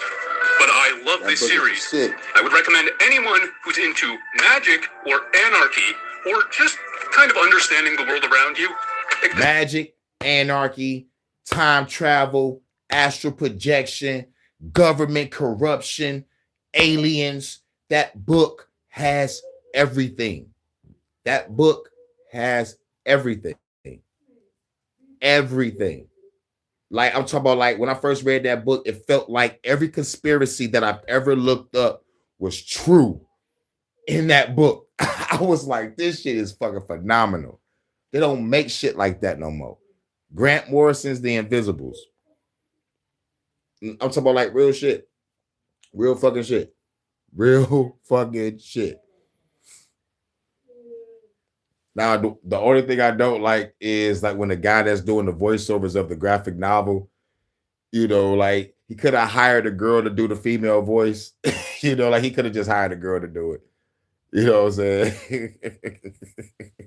But he go into his voice and do it. I'm like, nigga, stop it. but it's still great. It's still great. Maybe up. Just be sure to lift with your legs and not with your back. You get it? From the Gnostic religion, I learned about an explanation for a world and why it has so much suffering or evil, despite the idea that we are ruled by an all-knowing, all-loving God. And that was the question I had. Why is the world full of pain and suffering and death? Well, mostly like pain and suffering, like death is, like not the end, it's just a transition. But at the time, I was like, why is this world full of pain, suffering, and death? And people keep on saying this God's plan, God's design, and all this shit. I'm like, no. This world is ran by murderers, liars, and thieves, human traffickers, and pedos. Why is this world like this? And why do it say slaves obey your earthly masters? Why do I gotta obey my government with fear and trembling? Oh, fuck all that. Nah. I'm like Miles Morales. Nah, I'm gonna do my own thing. You know what I'm saying? So and then, like the other inner questions, who am I, what I'm doing here, where I go when I leave from here. You know what I'm saying? Like those other inner questions that we, like we all have those inner questions that we ask ourselves. So like when we look for those answers, we have to look within. And then came to the conclusion, I'm infinite consciousness, infinite awareness, driving a vehicle known as the human body. Can't wait to leave this bitch and not come back. Like real shit. I don't follow no religion. I grab truth from everything I read and I try to apply it to my life and try to be better. Try to be better every second. That's all I can do. Find with people that vibe with the same frequency, that share the same common interests, and see if we can all build from there. Try to build a conglomerate. You know what I'm saying? And frankly, the idea of the demiurge was a better explanation than anything else I'd heard at the time. And I was surprised to find, while reading the Absolute Universe and the Ultimate Universe, that I saw so many parallels between the story of the demiurge and the Maker and Darkseid. Yep, comparative reading. Like, it can't just be a coincidence. Now, there are many sects of Gnosticism with varied beliefs, and this video isn't meant to be a deep dive into scripture. But for the purposes of this video, understand that our world is basically a crafted cage by an evil god, and humans were born into it with a potential for awakening. Human beings carry within them a spark of the divine, capable of awakening through insight. The material realm is false and oppressive, but the soul's recognition of this falsehood is the first step toward liberation. Knowledge itself becomes a form of resistance, a rebellion against the cosmic lie. This framework is not merely philosophical, it is narrative. It resonates because it mirrors the experience of existing in a world where systems often seem designed to suppress justice, and where the smallest acts of awareness and courage can feel revolutionary. So now that you understand the basics of Gnosticism, we can finally talk about the comics. In Marvel's first Ultimate Universe, Reed Richards becomes the Maker, a villain who transforms intellect and ambition into the... Yeah, I know. But that's the whole problem. Because I went down that path too. I was like, but still, I keep on having this motherfucking feeling like there is something wrong. It's like, it's just the fact that we come down here to this planet, rather we chose to come down here or we was trapped down here. However the game go, we learn what we learn. And if we learn enlightenment, we end up forgetting it just to come back again. So I was studying ways of like, okay, if the place is full of pain and suffering, and according to the Buddha, life is suffering, like the Four Noble Truths of Buddha, and it's just like constant. It's just like, why do we got to keep on coming back to it and like losing our memory every fucking time? And it's like same with dreams, like some dreams stick and you get your message, but like why most of the shit is just like forgotten unless you go into your subconscious or go to some Akashic records in your mind So motherfucker pull this shit out, man. But like that's take deep meditation and real true thought. So people try to learn lucid dreaming so like they could grasp everything in their dream. So and like that shit's still a fucking mystery. You know, that shit's still a mystery because because they say, because I think I did a live about this, and it was like the only reason why you forget your dreams because you probably wasn't the you that went to sleep. You probably someone else in another realm, another dimension, or another world. Maybe that's why you can't remember. But like, why the fuck is my consciousness going to another body? And then we get quantum immortality of a person feel like that they died, but they woke up in their room. Shit is the same, but like some shit is slightly off. But you have that memory knowing you died, but you alive in your room. You know what I'm saying? It's like, and then they say some shit about like quantum immortality. And don't get me started on what the government trying to do with our consciousness and to try to create consciousness transfer shit with the ASI and AGI. We got AI now, but when this shit go ASI, AGI, I'm about to shoot up the FBI. You won't fucking with me.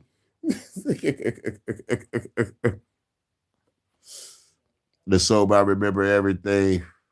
We die. Just a theory. Yeah, some people can capture that because like there were stories of the kids that motherfucker remember past lives, and there's a couple of adults, but like they really like put the kids at the forefront. Some of them were actors. Some of them were actors, and it made me mad. Like the one that made me cry was an actor. I was heated. I'm like, you made me cry. You lied to me. Play with my emotions, you bastard. I blame your parents. I don't blame the kid. I blame the parents. I blame the parents, man. But yeah. But it has to be something because Hinduism fucks with reincarnation and the Chinese fucks with reincarnation. I forgot the name of their religion.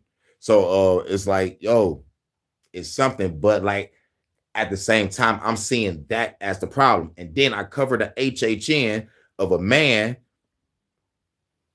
that they talked about, FBI disclosure of a nigga that blew up some shit. And his shit was he trying to stop his reincarnation cycle. And I'm like, what type of quantum theory that you cook up to motherfucking make that possible for you to erase yourself from existence?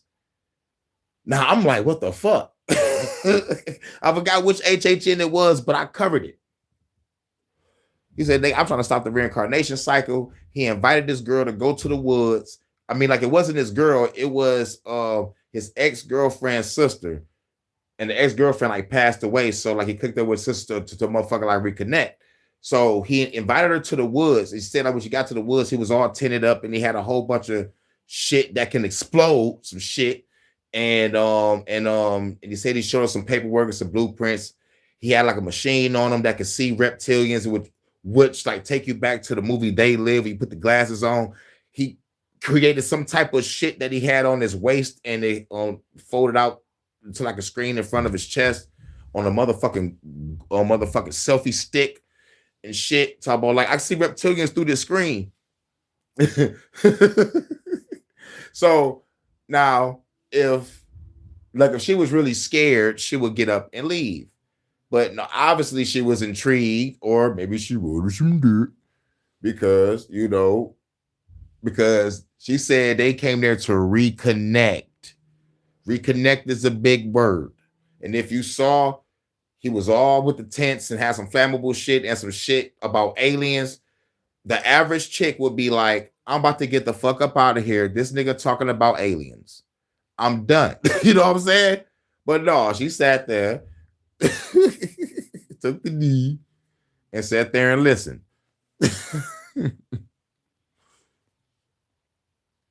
I heard the soul can transcend if it's ready, but if it's not, it would choose another path. Now, this is where we dive into other cultures. Because I heard that too.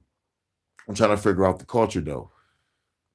But god damn, I'm trying to figure it out. But fuck it. But yeah, there was like, they were saying like you go through these doors, or you go through these. Some people say that like they saw themselves in a long ass line, and it was people being forced to come back to this bitch. It was a lady telling this story. It was people that was mad, but this bitch that was telling this story made me mad because she was happy. She was happy to come back here because she's like, yeah, I'm gonna come back and I'm gonna help. I'm gonna do this. I'm gonna do that. I would have knocked her upside her head here. That shit. It's like the people knew. But why would you let them force you? What, like that's the shit that get me. That's the shit that gets me. And which makes me think about like why the man said, like, I'm about to stop my reincarnation cycle. And plus, like, he was cool. Like, he made sure like the area was like motherfucking clear. He ain't killed no innocent people. You know what I'm saying? Like, he really wanted to take himself out and not no one with him. So I'm like, God damn, like, did he really find a formula? Yep. It probably sucks to leave and cut back because of all the pain, but it might be necessary for us to learn something. Who knows? I thought that too. I thought about that too until I came to the point where I was like, wait a minute. I said, wait a minute. I said, hold up. Wait a minute. Something ain't right. I was like, if we are infinite consciousness, infinite awareness, right? Why the fuck would we choose to come to a place full of pain and suffering? I'm talking about to the point as like, why would we risk infinity and infinite awareness to lose our memories for lifetimes after lifetimes to learn something we already know? So when I came to that conclusion, that's when I was like, okay. But I was on that thought process. For sure. I remember being there. It was, 2010, 2011. Power to rewrite reality itself. That universe died. That's the universe that Miles Morales actually comes from, in case you didn't know. The Maker remakes the Ultimate Universe to fit his cruel vision. Certain heroes never come into existence. Others are twisted into corrupt versions of themselves. Villains rise to dominate governments, corporations, and institutions. Villainy is law. Dr. Midas controls the White House. Clint Barton is killed. This new universe's Reed Richards is psychologically tortured into becoming a new Doctor Doom. In Gnostic terms, the Maker is the Demiurge. He claims absolute authority, imposing a flawed and tyrannical order over reality, while the sparks of truth struggle to emerge in his world. The heroes are anomalies, fractures in a universe designed to suppress them. Their fight is not simply against villains, but against the architecture of the false world itself. Through the Ultimates run, they come to understand they don't just need grit and fists. They need ideas, knowledge, technological advancements, collective planning, and perhaps most importantly of all, revolutionary concepts of rebellion to achieve freedom from the laws of the world proven broken, to lose the chains that shackle them. In that struggle, we glimpse Gnosis, awakening to the truth of the cosmos and asserting one's inherent spark. A cosmic god, for all intents and purposes, he might as well be. He's that. I feel where you're coming from on that comment. But what I've learned, that is limiting ourselves. I learned it was like what Bruce Lee said. I forgot what it was. It was like, like I grabbed something from, like from what he said and tried to make my own concept. But what Bruce Lee was like, don't talk down on yourself even as a joke. So I was like, don't limit our full capacity of our brain being a fucking quantum super fucking computer. We know everything. We just gotta go deep within to find the truth. You know, it's like if we are the infinite, we gotta see the infinite. We gotta try to look for it. So where do you start? It depends on the question you ask, because everybody has their own question, you know, but like it gotta be the inner question, like who am I, what I'm doing while I'm on this planet, where I'm going when I leave this bitch, what is the universe made out of? And then you find your, you know, you find your answers there. Then start studying, start doing new research, and you find out it's about energy, vibration, sound, and frequency. So it'll be like, okay, how can non-solid things create a solid world? This goes back to atoms and shit. So it's like, you know, like it gets deeper now. Now we're going down layers of the iceberg of what is. And then motherfuckers came to the conclusion, like the Gnostics did. Oh, this place is ran by an evil genocidal homicidal maniac that created the material world. You know. But yeah, man. But like these are the conversations that I love having outside of, you know, like outside of the revolutionary shit and like outside of the music. You know, most people are afraid to have these conversations because you know why? They have to look in the mirror. They have to go within. And like most people are afraid to go within. So like they'll choose a religion and stay in a box and regurgitate verses or regurgitate talking points from pastors and deacons and shit from television church programs. you know but it's not just Christianity, it's all other religions too. You know, like they all in the same goddamn bag, you know. So but with the Gnostics was like the only way out is through gnosis. That means knowledge of self. So if that's the way out, and most people don't see no other way, is either build a fucking rocket to try to get the fuck up out this bitch yourself, or you go out through within. And you know, it's gonna take the inner work, shadow work, you know. You gotta really, you know, be in tune. You already know. Wait, hold on. Let's see. It say, seriously, hallucinogenics, I feel, can make you open parts of your mind that you don't use. Shrooms are probably better than acid. I tried shrooms. I think I probably didn't try enough. I know I had a motherfucking like a nice bag, but it didn't do shit. But I always forgot I'm a natural hype. So it was like I forgot I gotta take more. But I told myself I'm not about to do no extra shit to motherfucking get that super fucking high. If I don't get high off this fucking half a bag of fucking mushrooms, okay. That means it ain't motherfucking meant. You know, for me to even fuck with it, because it ain't do shit. So I was like, fuck it. And then coke is like, goddamn. It's like, damn, I gotta fuck with a higher drug. No, fuck all that. I'm not about to do that. I'm about to keep smoking weed. Pop a couple bills from time to time. You know, like, you know, if I come across some, I'll pop a fucking pill real quick. Triple stack. Back in the day before the triple stacks, we had the motherfucking Blue Dolphin X pills and the Supermans and shit. That's all we had. And then the fucking triple stacks came out and we was just popping those motherfuckers like M&Ms. But the X back in the day when it came out, that shit was fucking crazy, son. Man, that house is red on shrooms. That's what's up. You know what? Maybe what it was, I probably didn't have no good shrooms.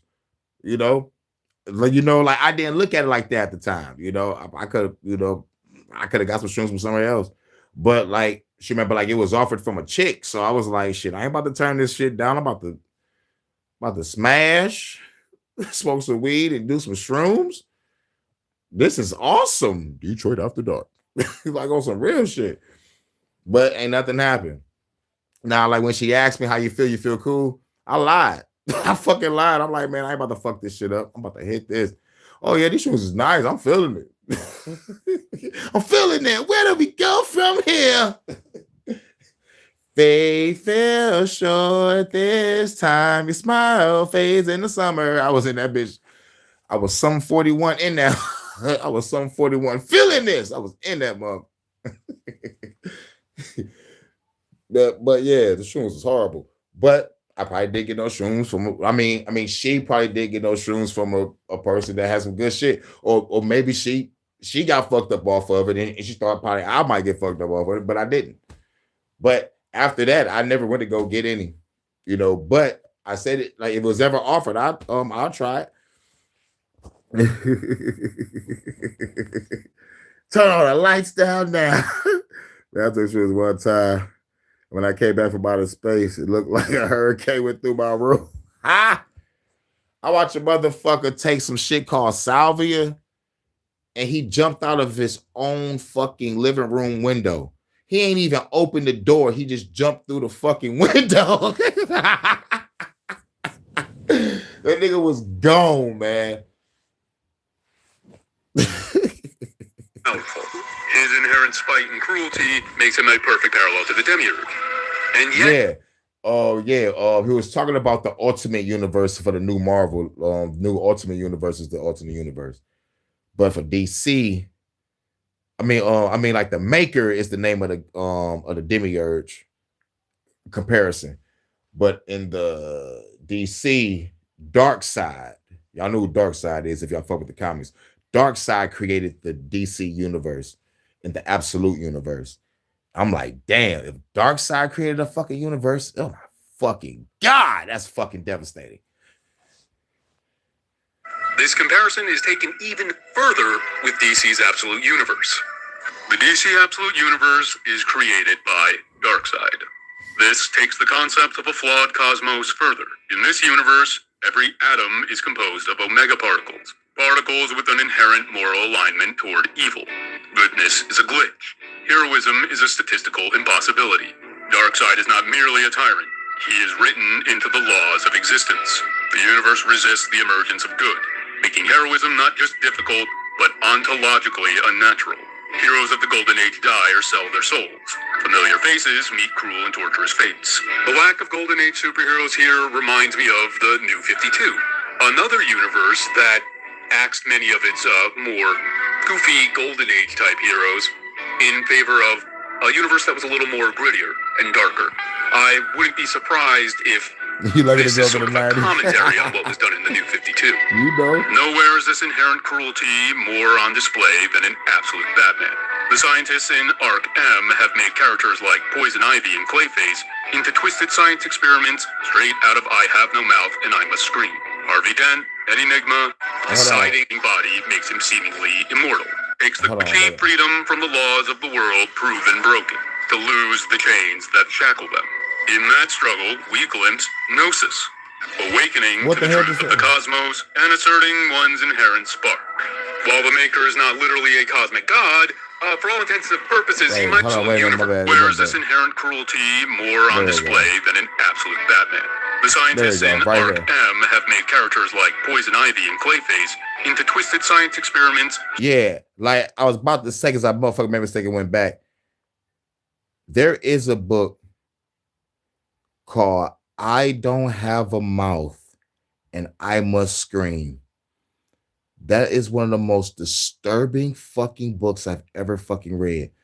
But it's, oh my fucking god, but I need y'all to fucking read it. It's like, it's what, if I could summarize it, I think the human race made like a machine or some shit, or made like an AI god or some shit like that, and it destroyed the human race, and it kept like 5 people alive, or like maybe like 2 or 3 people alive or some shit, just to torture in like different ways. And I'm like, oh my god.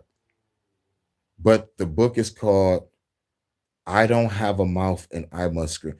The fucking title itself gives me chills.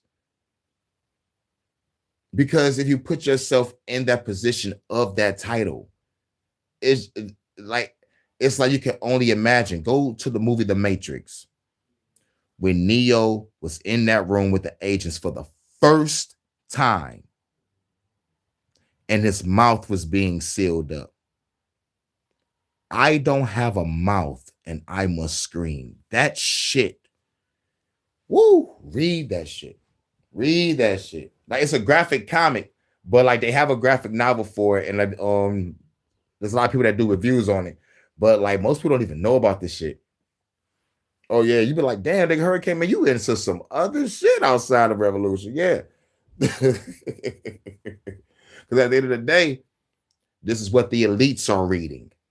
This is what the elites are fucking with. All these books that motherfucker put spookism in you. Oh my God, this is the devil, Nick. That's where the fucking truth that they hear from you was at. They want us to motherfucking keep reading other bullshit out. Fuck all that. Sometimes your movies tell you what's going on and they'll make you go read the motherfucking shit. You know, you'll be forced to read it because of a cartoon or a comic book, or maybe, you know, of a novel, shit, whatever. But I want people to read it just to get a perspective of like, man, of the minds and the brilliance of writers. Also, mostly the art, the writing, the dialogue, the story is like, yo, sometimes we are the authors of our own destruction. Man, it's like, yo. Oh yeah, that was free. Oh, so you read it? Sounds like a nightmare. Yeah, it is a fucking nightmare. It is. It is a nightmare. Straight out of I Have No Mouth and I Must Scream. Harvey Dent, Ed Enigma, and Oswald Cobblepot are tortured and broken with precision by Bane, sadistically turning their pride and anxieties into bodily deformities, turning them into malformed versions of their original counterparts. Oh yeah, man. Bane in the Absolute Batman, he fucked Riddler, Penguin, and I think Two-Face up. Fuck those niggas up. Now like in this universe, Two-Face, Penguin, and Riddler are the friends of Bruce. They friends of Bruce. And Killer Croc is a friend of him too. Like he was motherfucking kidnapped and motherfucking made into an experiment. So it was fucked up. It was fucked up. Bane tortured the oh my fucking God. Read Absolute Batman. And like I think they finished. And like when they finally introduced the Joker, this nigga Joker looked like a goddamn demon straight from the pits of fucking hell. If it ever existed. He's straight out of cosmic fucking horror. Straight out of H.P. Lovecraft. This nigga, Absolute Batman. Go to Comic Storian, Absolute Batman. Comic Storian, they'll put the word together. It ain't space. It's Comic Storian, not historian, just storian, but it's all together. It's all typed together and put Absolute Batman. Go to the playlist and watch all that shit. You can binge it. Alfred a badass in that motherfucker though. I gotta get Alfred his props on some real shit. But man, real shit. Real fucking shit. Bane himself does not escape this suffering. He is a marvel and a slave. His ever-growing and regenerating body makes him seemingly immortal, and thus extremely valuable. After his battle with Batman, he's reduced to eyes and a brain in a jar. His boss is the Joker of this universe, and his reward for all this hard work is not even death. Instead, the Joker drops bombs on his family to remove the distractions, fully planning to reuse Bane. In this world, no one is safe, except maybe the most evil amongst us. The parallels to Nazism is clear. The world is a falsehood created through sheer cruelty to torture those within it, where only the worst of us can survive and thrive. Darkseid is a Lovecraftian being, deciding the moral fates of every being in the universe. The existence of God is all but confirmed, and it shows that he hates us all. The Ultimate and Absolute lines have been massively successful critically and commercially. Their evil unsettles us to our core because they reflect what many sense in real life. Systems that reward cruelty, punish empathy, and resist meaningful change. They give narrative form to an intuition that the world is rigged, that oppression is systematic, and that goodness is a fragile rarity. Our entire world seems like a twisted amusement park for the most sociopathic of society. People who commit atrocities daily for the most meager of rewards. The horror of these stories is not simply in villainy, but in the sense that reality itself seems complicit, the hand of fate designed to confine and frustrate those who seek truth or justice. This realization can be frightening, deeply unsettling. But Gnosticism is not all just doom and gloom.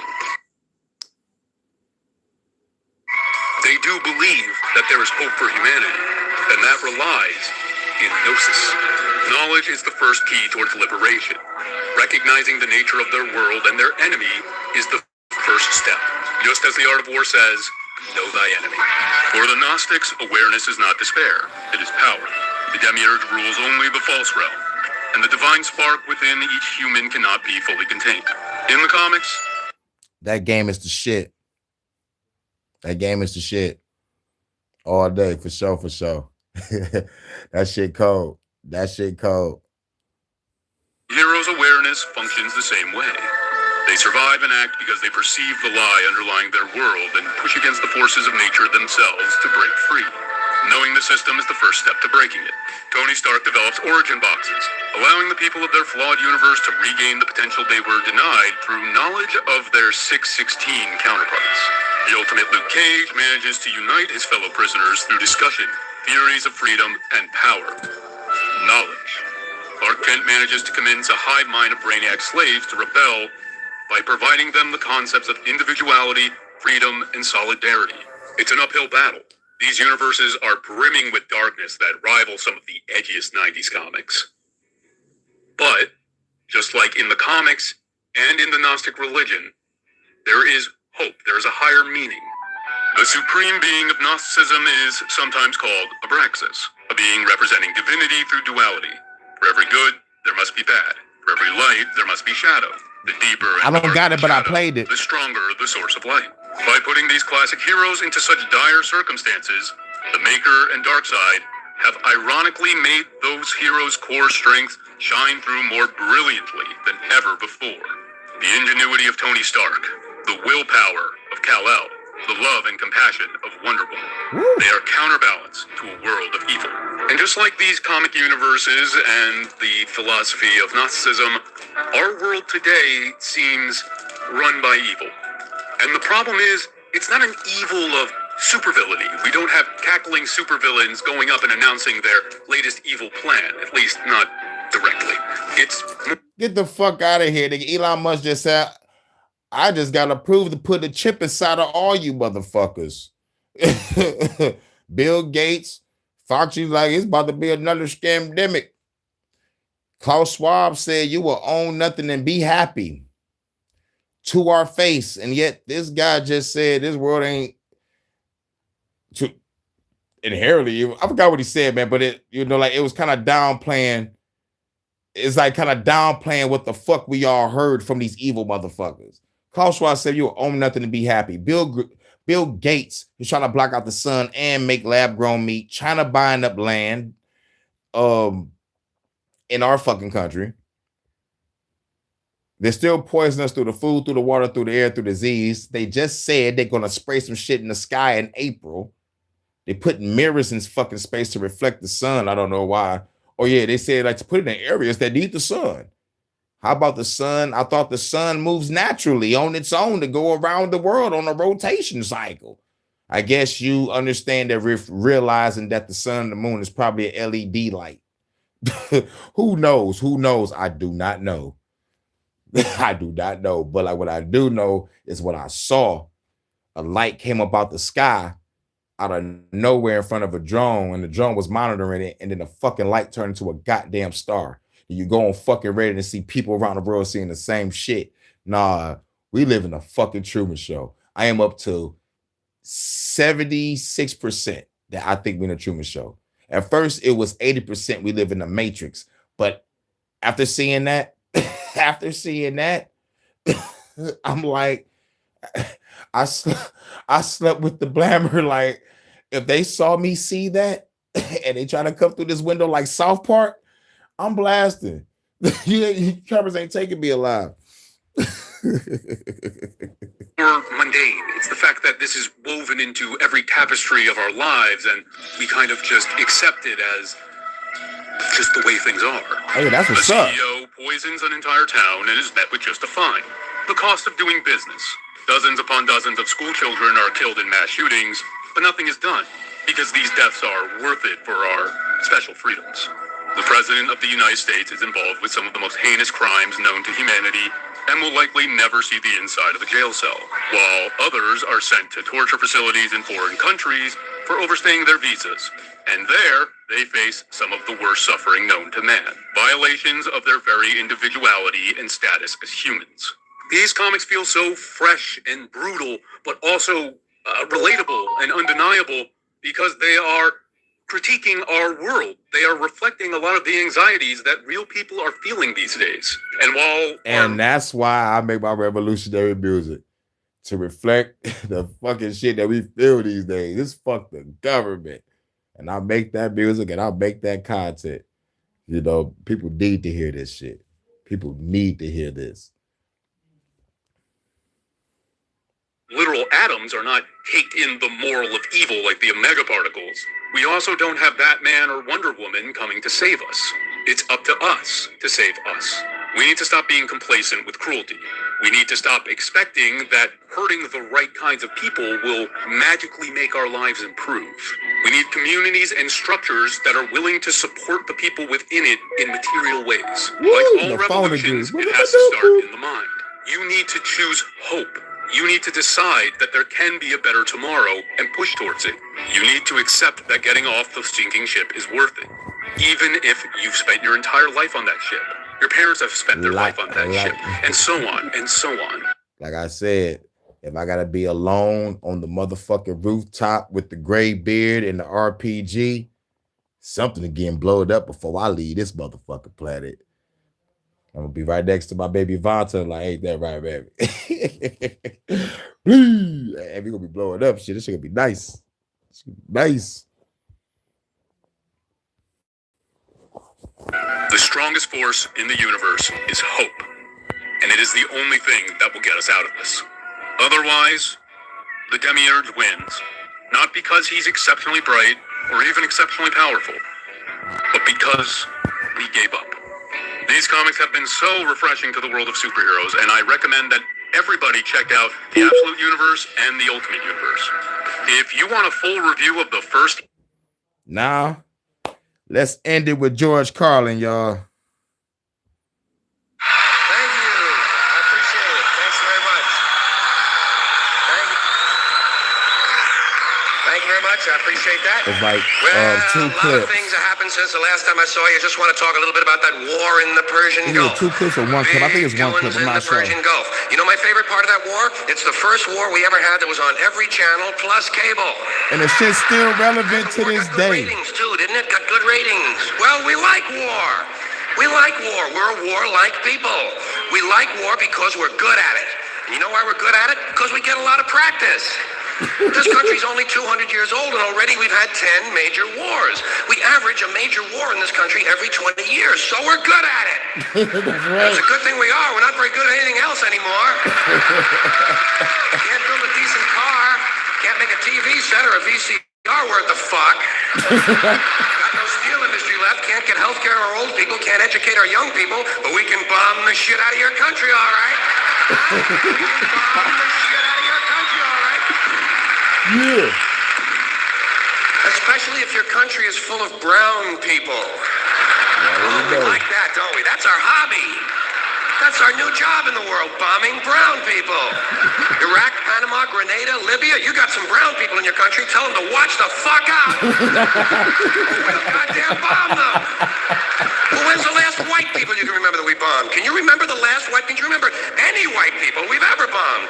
The Germans. The Germans are the only ones. And the only reason for that is because they were trying to cut in on our action. They wanted to dominate the world. Bullshit. That's our fucking job. That's our fucking job.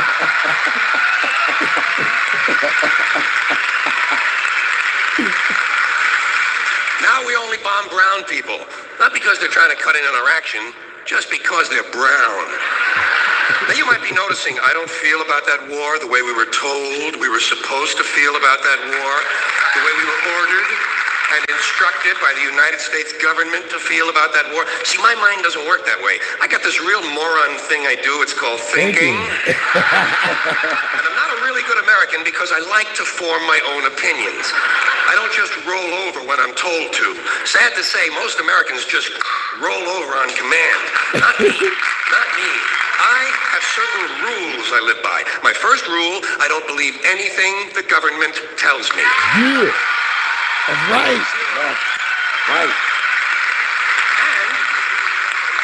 And I don't take very seriously the media or the press in this country, who in the case of the Persian Gulf War were nothing more than unpaid employees of the Department of Defense, and who most of the time function as kind of an unofficial public relations agency for the United States government. So don't listen to them. I don't really believe in my country. And I gotta tell you folks, I don't get all choked up about yellow ribbons and American flags. I consider them to be symbols, and I leave symbols to the symbol-minded. To me, war is nothing but a whole lot of prick waving, okay?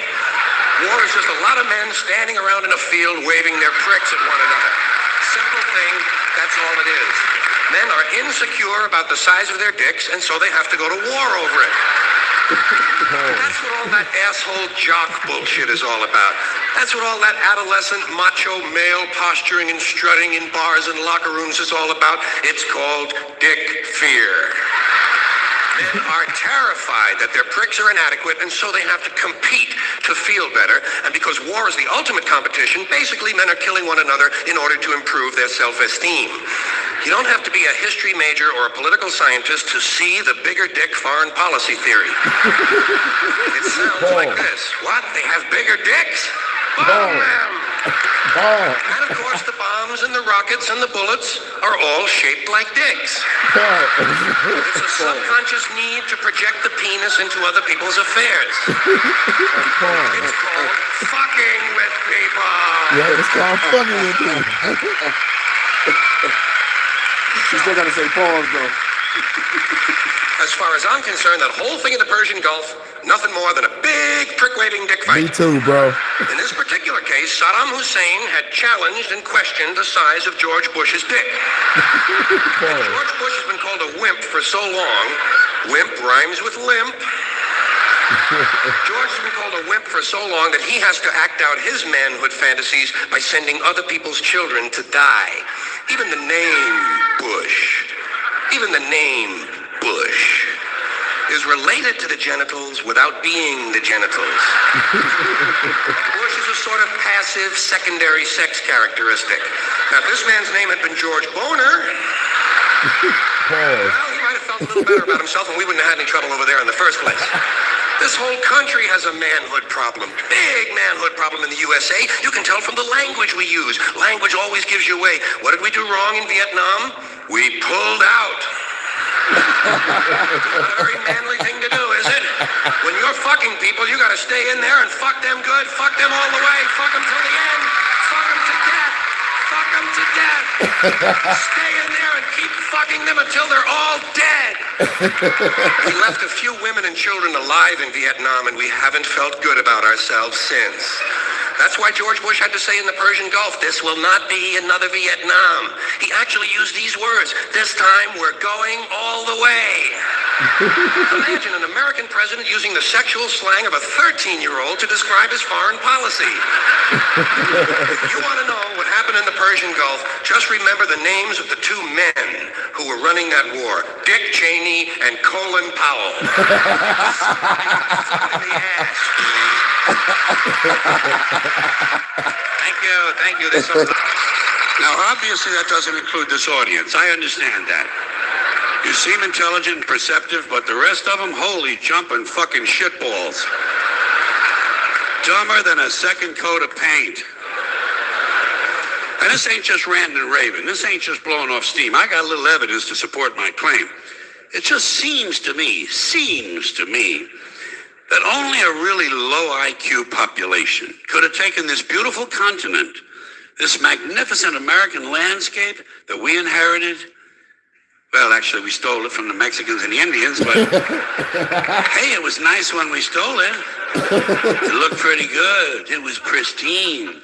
Paradise. Have you seen it lately? Have you taken a good look at it lately? It's fucking embarrassing. Only a nation of unenlightened half-wits could have taken this beautiful place and turned it into what it is today, a shopping mall. A big fucking shopping mall. It's so true, yeah. That's all you got. That's all you've got here, folks. Mile after mile of mall after mall. Many, many malls. Major malls and mini malls. They put the mini malls in between the major malls. And in between the mini malls, they put the mini marts. And in between the mini marts, you got the car lots, gas stations, muffler shops, laundromats, cheap hotels, fast food joints, strip clubs, and dirty bookstores. America the Beautiful. One big transcontinental commercial cesspool. And how do the people feel about all this? How do the people feel about living in a coast-to-coast shopping mall? Well, they think it's just fucking dandy.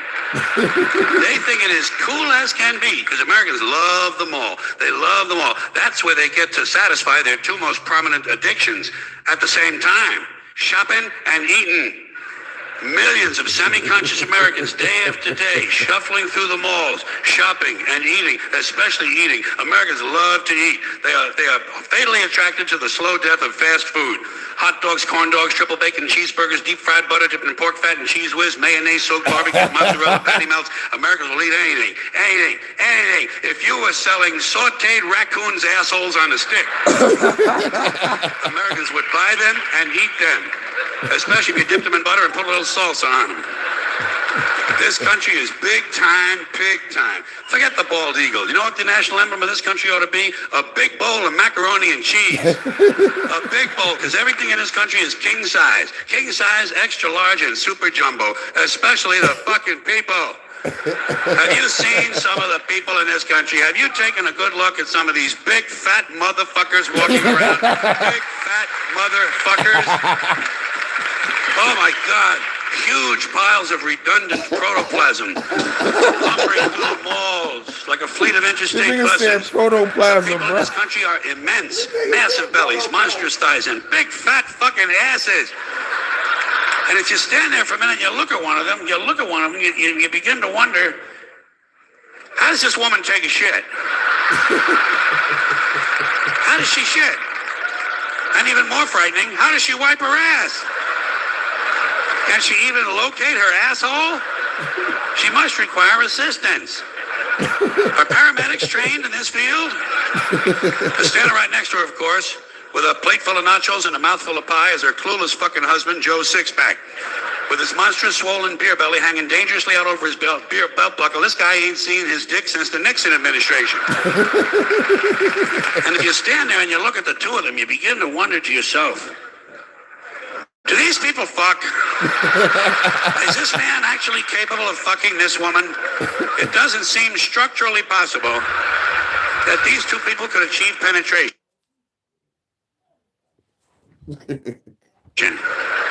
Maybe they're in that Cirque du Soleil or something. I'm telling you, the people in this country, every one of them is 50 pounds overweight. They are gargantuan. And in the summertime, God help us, in the summertime, they all want to wear short pants. Jesus, Lord, protector of all that is good and holy, deliver me from fat people in short pants. They all got short pants, big bellies, fat thighs, and dumb kids. Short pants, big bellies, fat thighs, and dumb kids. Every one of them's got two dumb-ass kids with them. And the whole family is wearing T-shirts, and every one of them's got the same T-shirt. I'm with stupid. Apparently in this country, the stupids are an extended family. And besides wearing them T-shirts, everyone in the family's got on a backpack. They got a backpack strapped to their back so they can carry around lots of stupid shit. And the reason they got to carry their stupid shit strapped to their backs is because their hands must remain free at all times to hold food. And to get that food up to the mouth where it gets shoveled in with all the rest of the disgusting shit they ate that day. And another reason for the backpacks is these people are going to buy even more stupid shit. They ain't got enough stupid shit at home. They just had a stupid shit sale. They're going to buy more. They're going to go out in the parking lot and stuff this stuff into the big, fat, ugly, oversized SUV that's got plenty of room in it. Plenty of room in it for stupid shit and lots of room left over for these big, fat, ugly motherfuckers to get them home. Stopping, of course, for jelly roll and fried dough. These people are efficient, professional, compulsive consumers. It's their civic duty. Consumption. It's the new national pastime. Fuck baseball. It's consumption. The only true, lasting American value that's left, buying things. Buying things. People spending money they don't have on things they don't need. Money they don't have on things they don't need. So they can max out their credit cards and spend the rest of their lives paying 18% interest on something that costs $12.50. And they didn't like it when they got it home anyway. Not too bright, folks. Not too fucking bright. But if you talk to one of them about this, if you isolate one of them, you sit them down rationally, you talk to them about the low IQs and the dumb behavior and the bad decisions, right away they start talking about education. That's the big answer to everything. Education. They say we need more money for education. We need more books, more teachers, more classrooms, more schools. We need more testing for the kids. You say to them, well, you know, we've tried all of that, and the kids still can't pass the test. So don't you worry about that. We're going to lower the passing grades. And that's what they do in a lot of these schools now. They lower the passing grades so more kids can pass. More kids pass, the school looks good, everybody's happy, the IQ of the country slips another 2 or 3 points. Need to get into college is a fucking pencil. Get the fuck in there, it's physics. Then everyone wonders why 17 other countries graduate more scientists than we do. Education. Politicians know that word, they use it on you. Politicians have traditionally hidden behind 3 things: the flag, the Bible, and children. No child left behind. No child left behind. Oh, really? Well, it wasn't long ago you were talking about giving kids a head start. Head start, left behind? Someone's losing fucking ground here. But there's a reason. There's a reason. There's a reason for this. There's a reason education sucks. And it's the same reason that it will never, ever, ever be fixed. It's never going to get any better. Don't look for it. Be happy with what you got. Because the owners of this country don't want that. I'm talking about the real owners now. The real owners, the big wealthy business interests that control things and all the important decisions. Forget the politicians. The politicians are put there to give you the idea that you have freedom of choice. You don't. You have no choice. You have owners. They own you.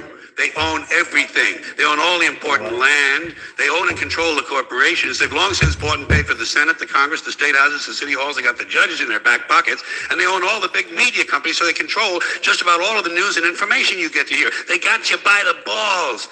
They spend billions of dollars every year lobbying to get what they want. Well, we know what they want. They want more for themselves and less for everybody else. But I'll tell you what they don't want.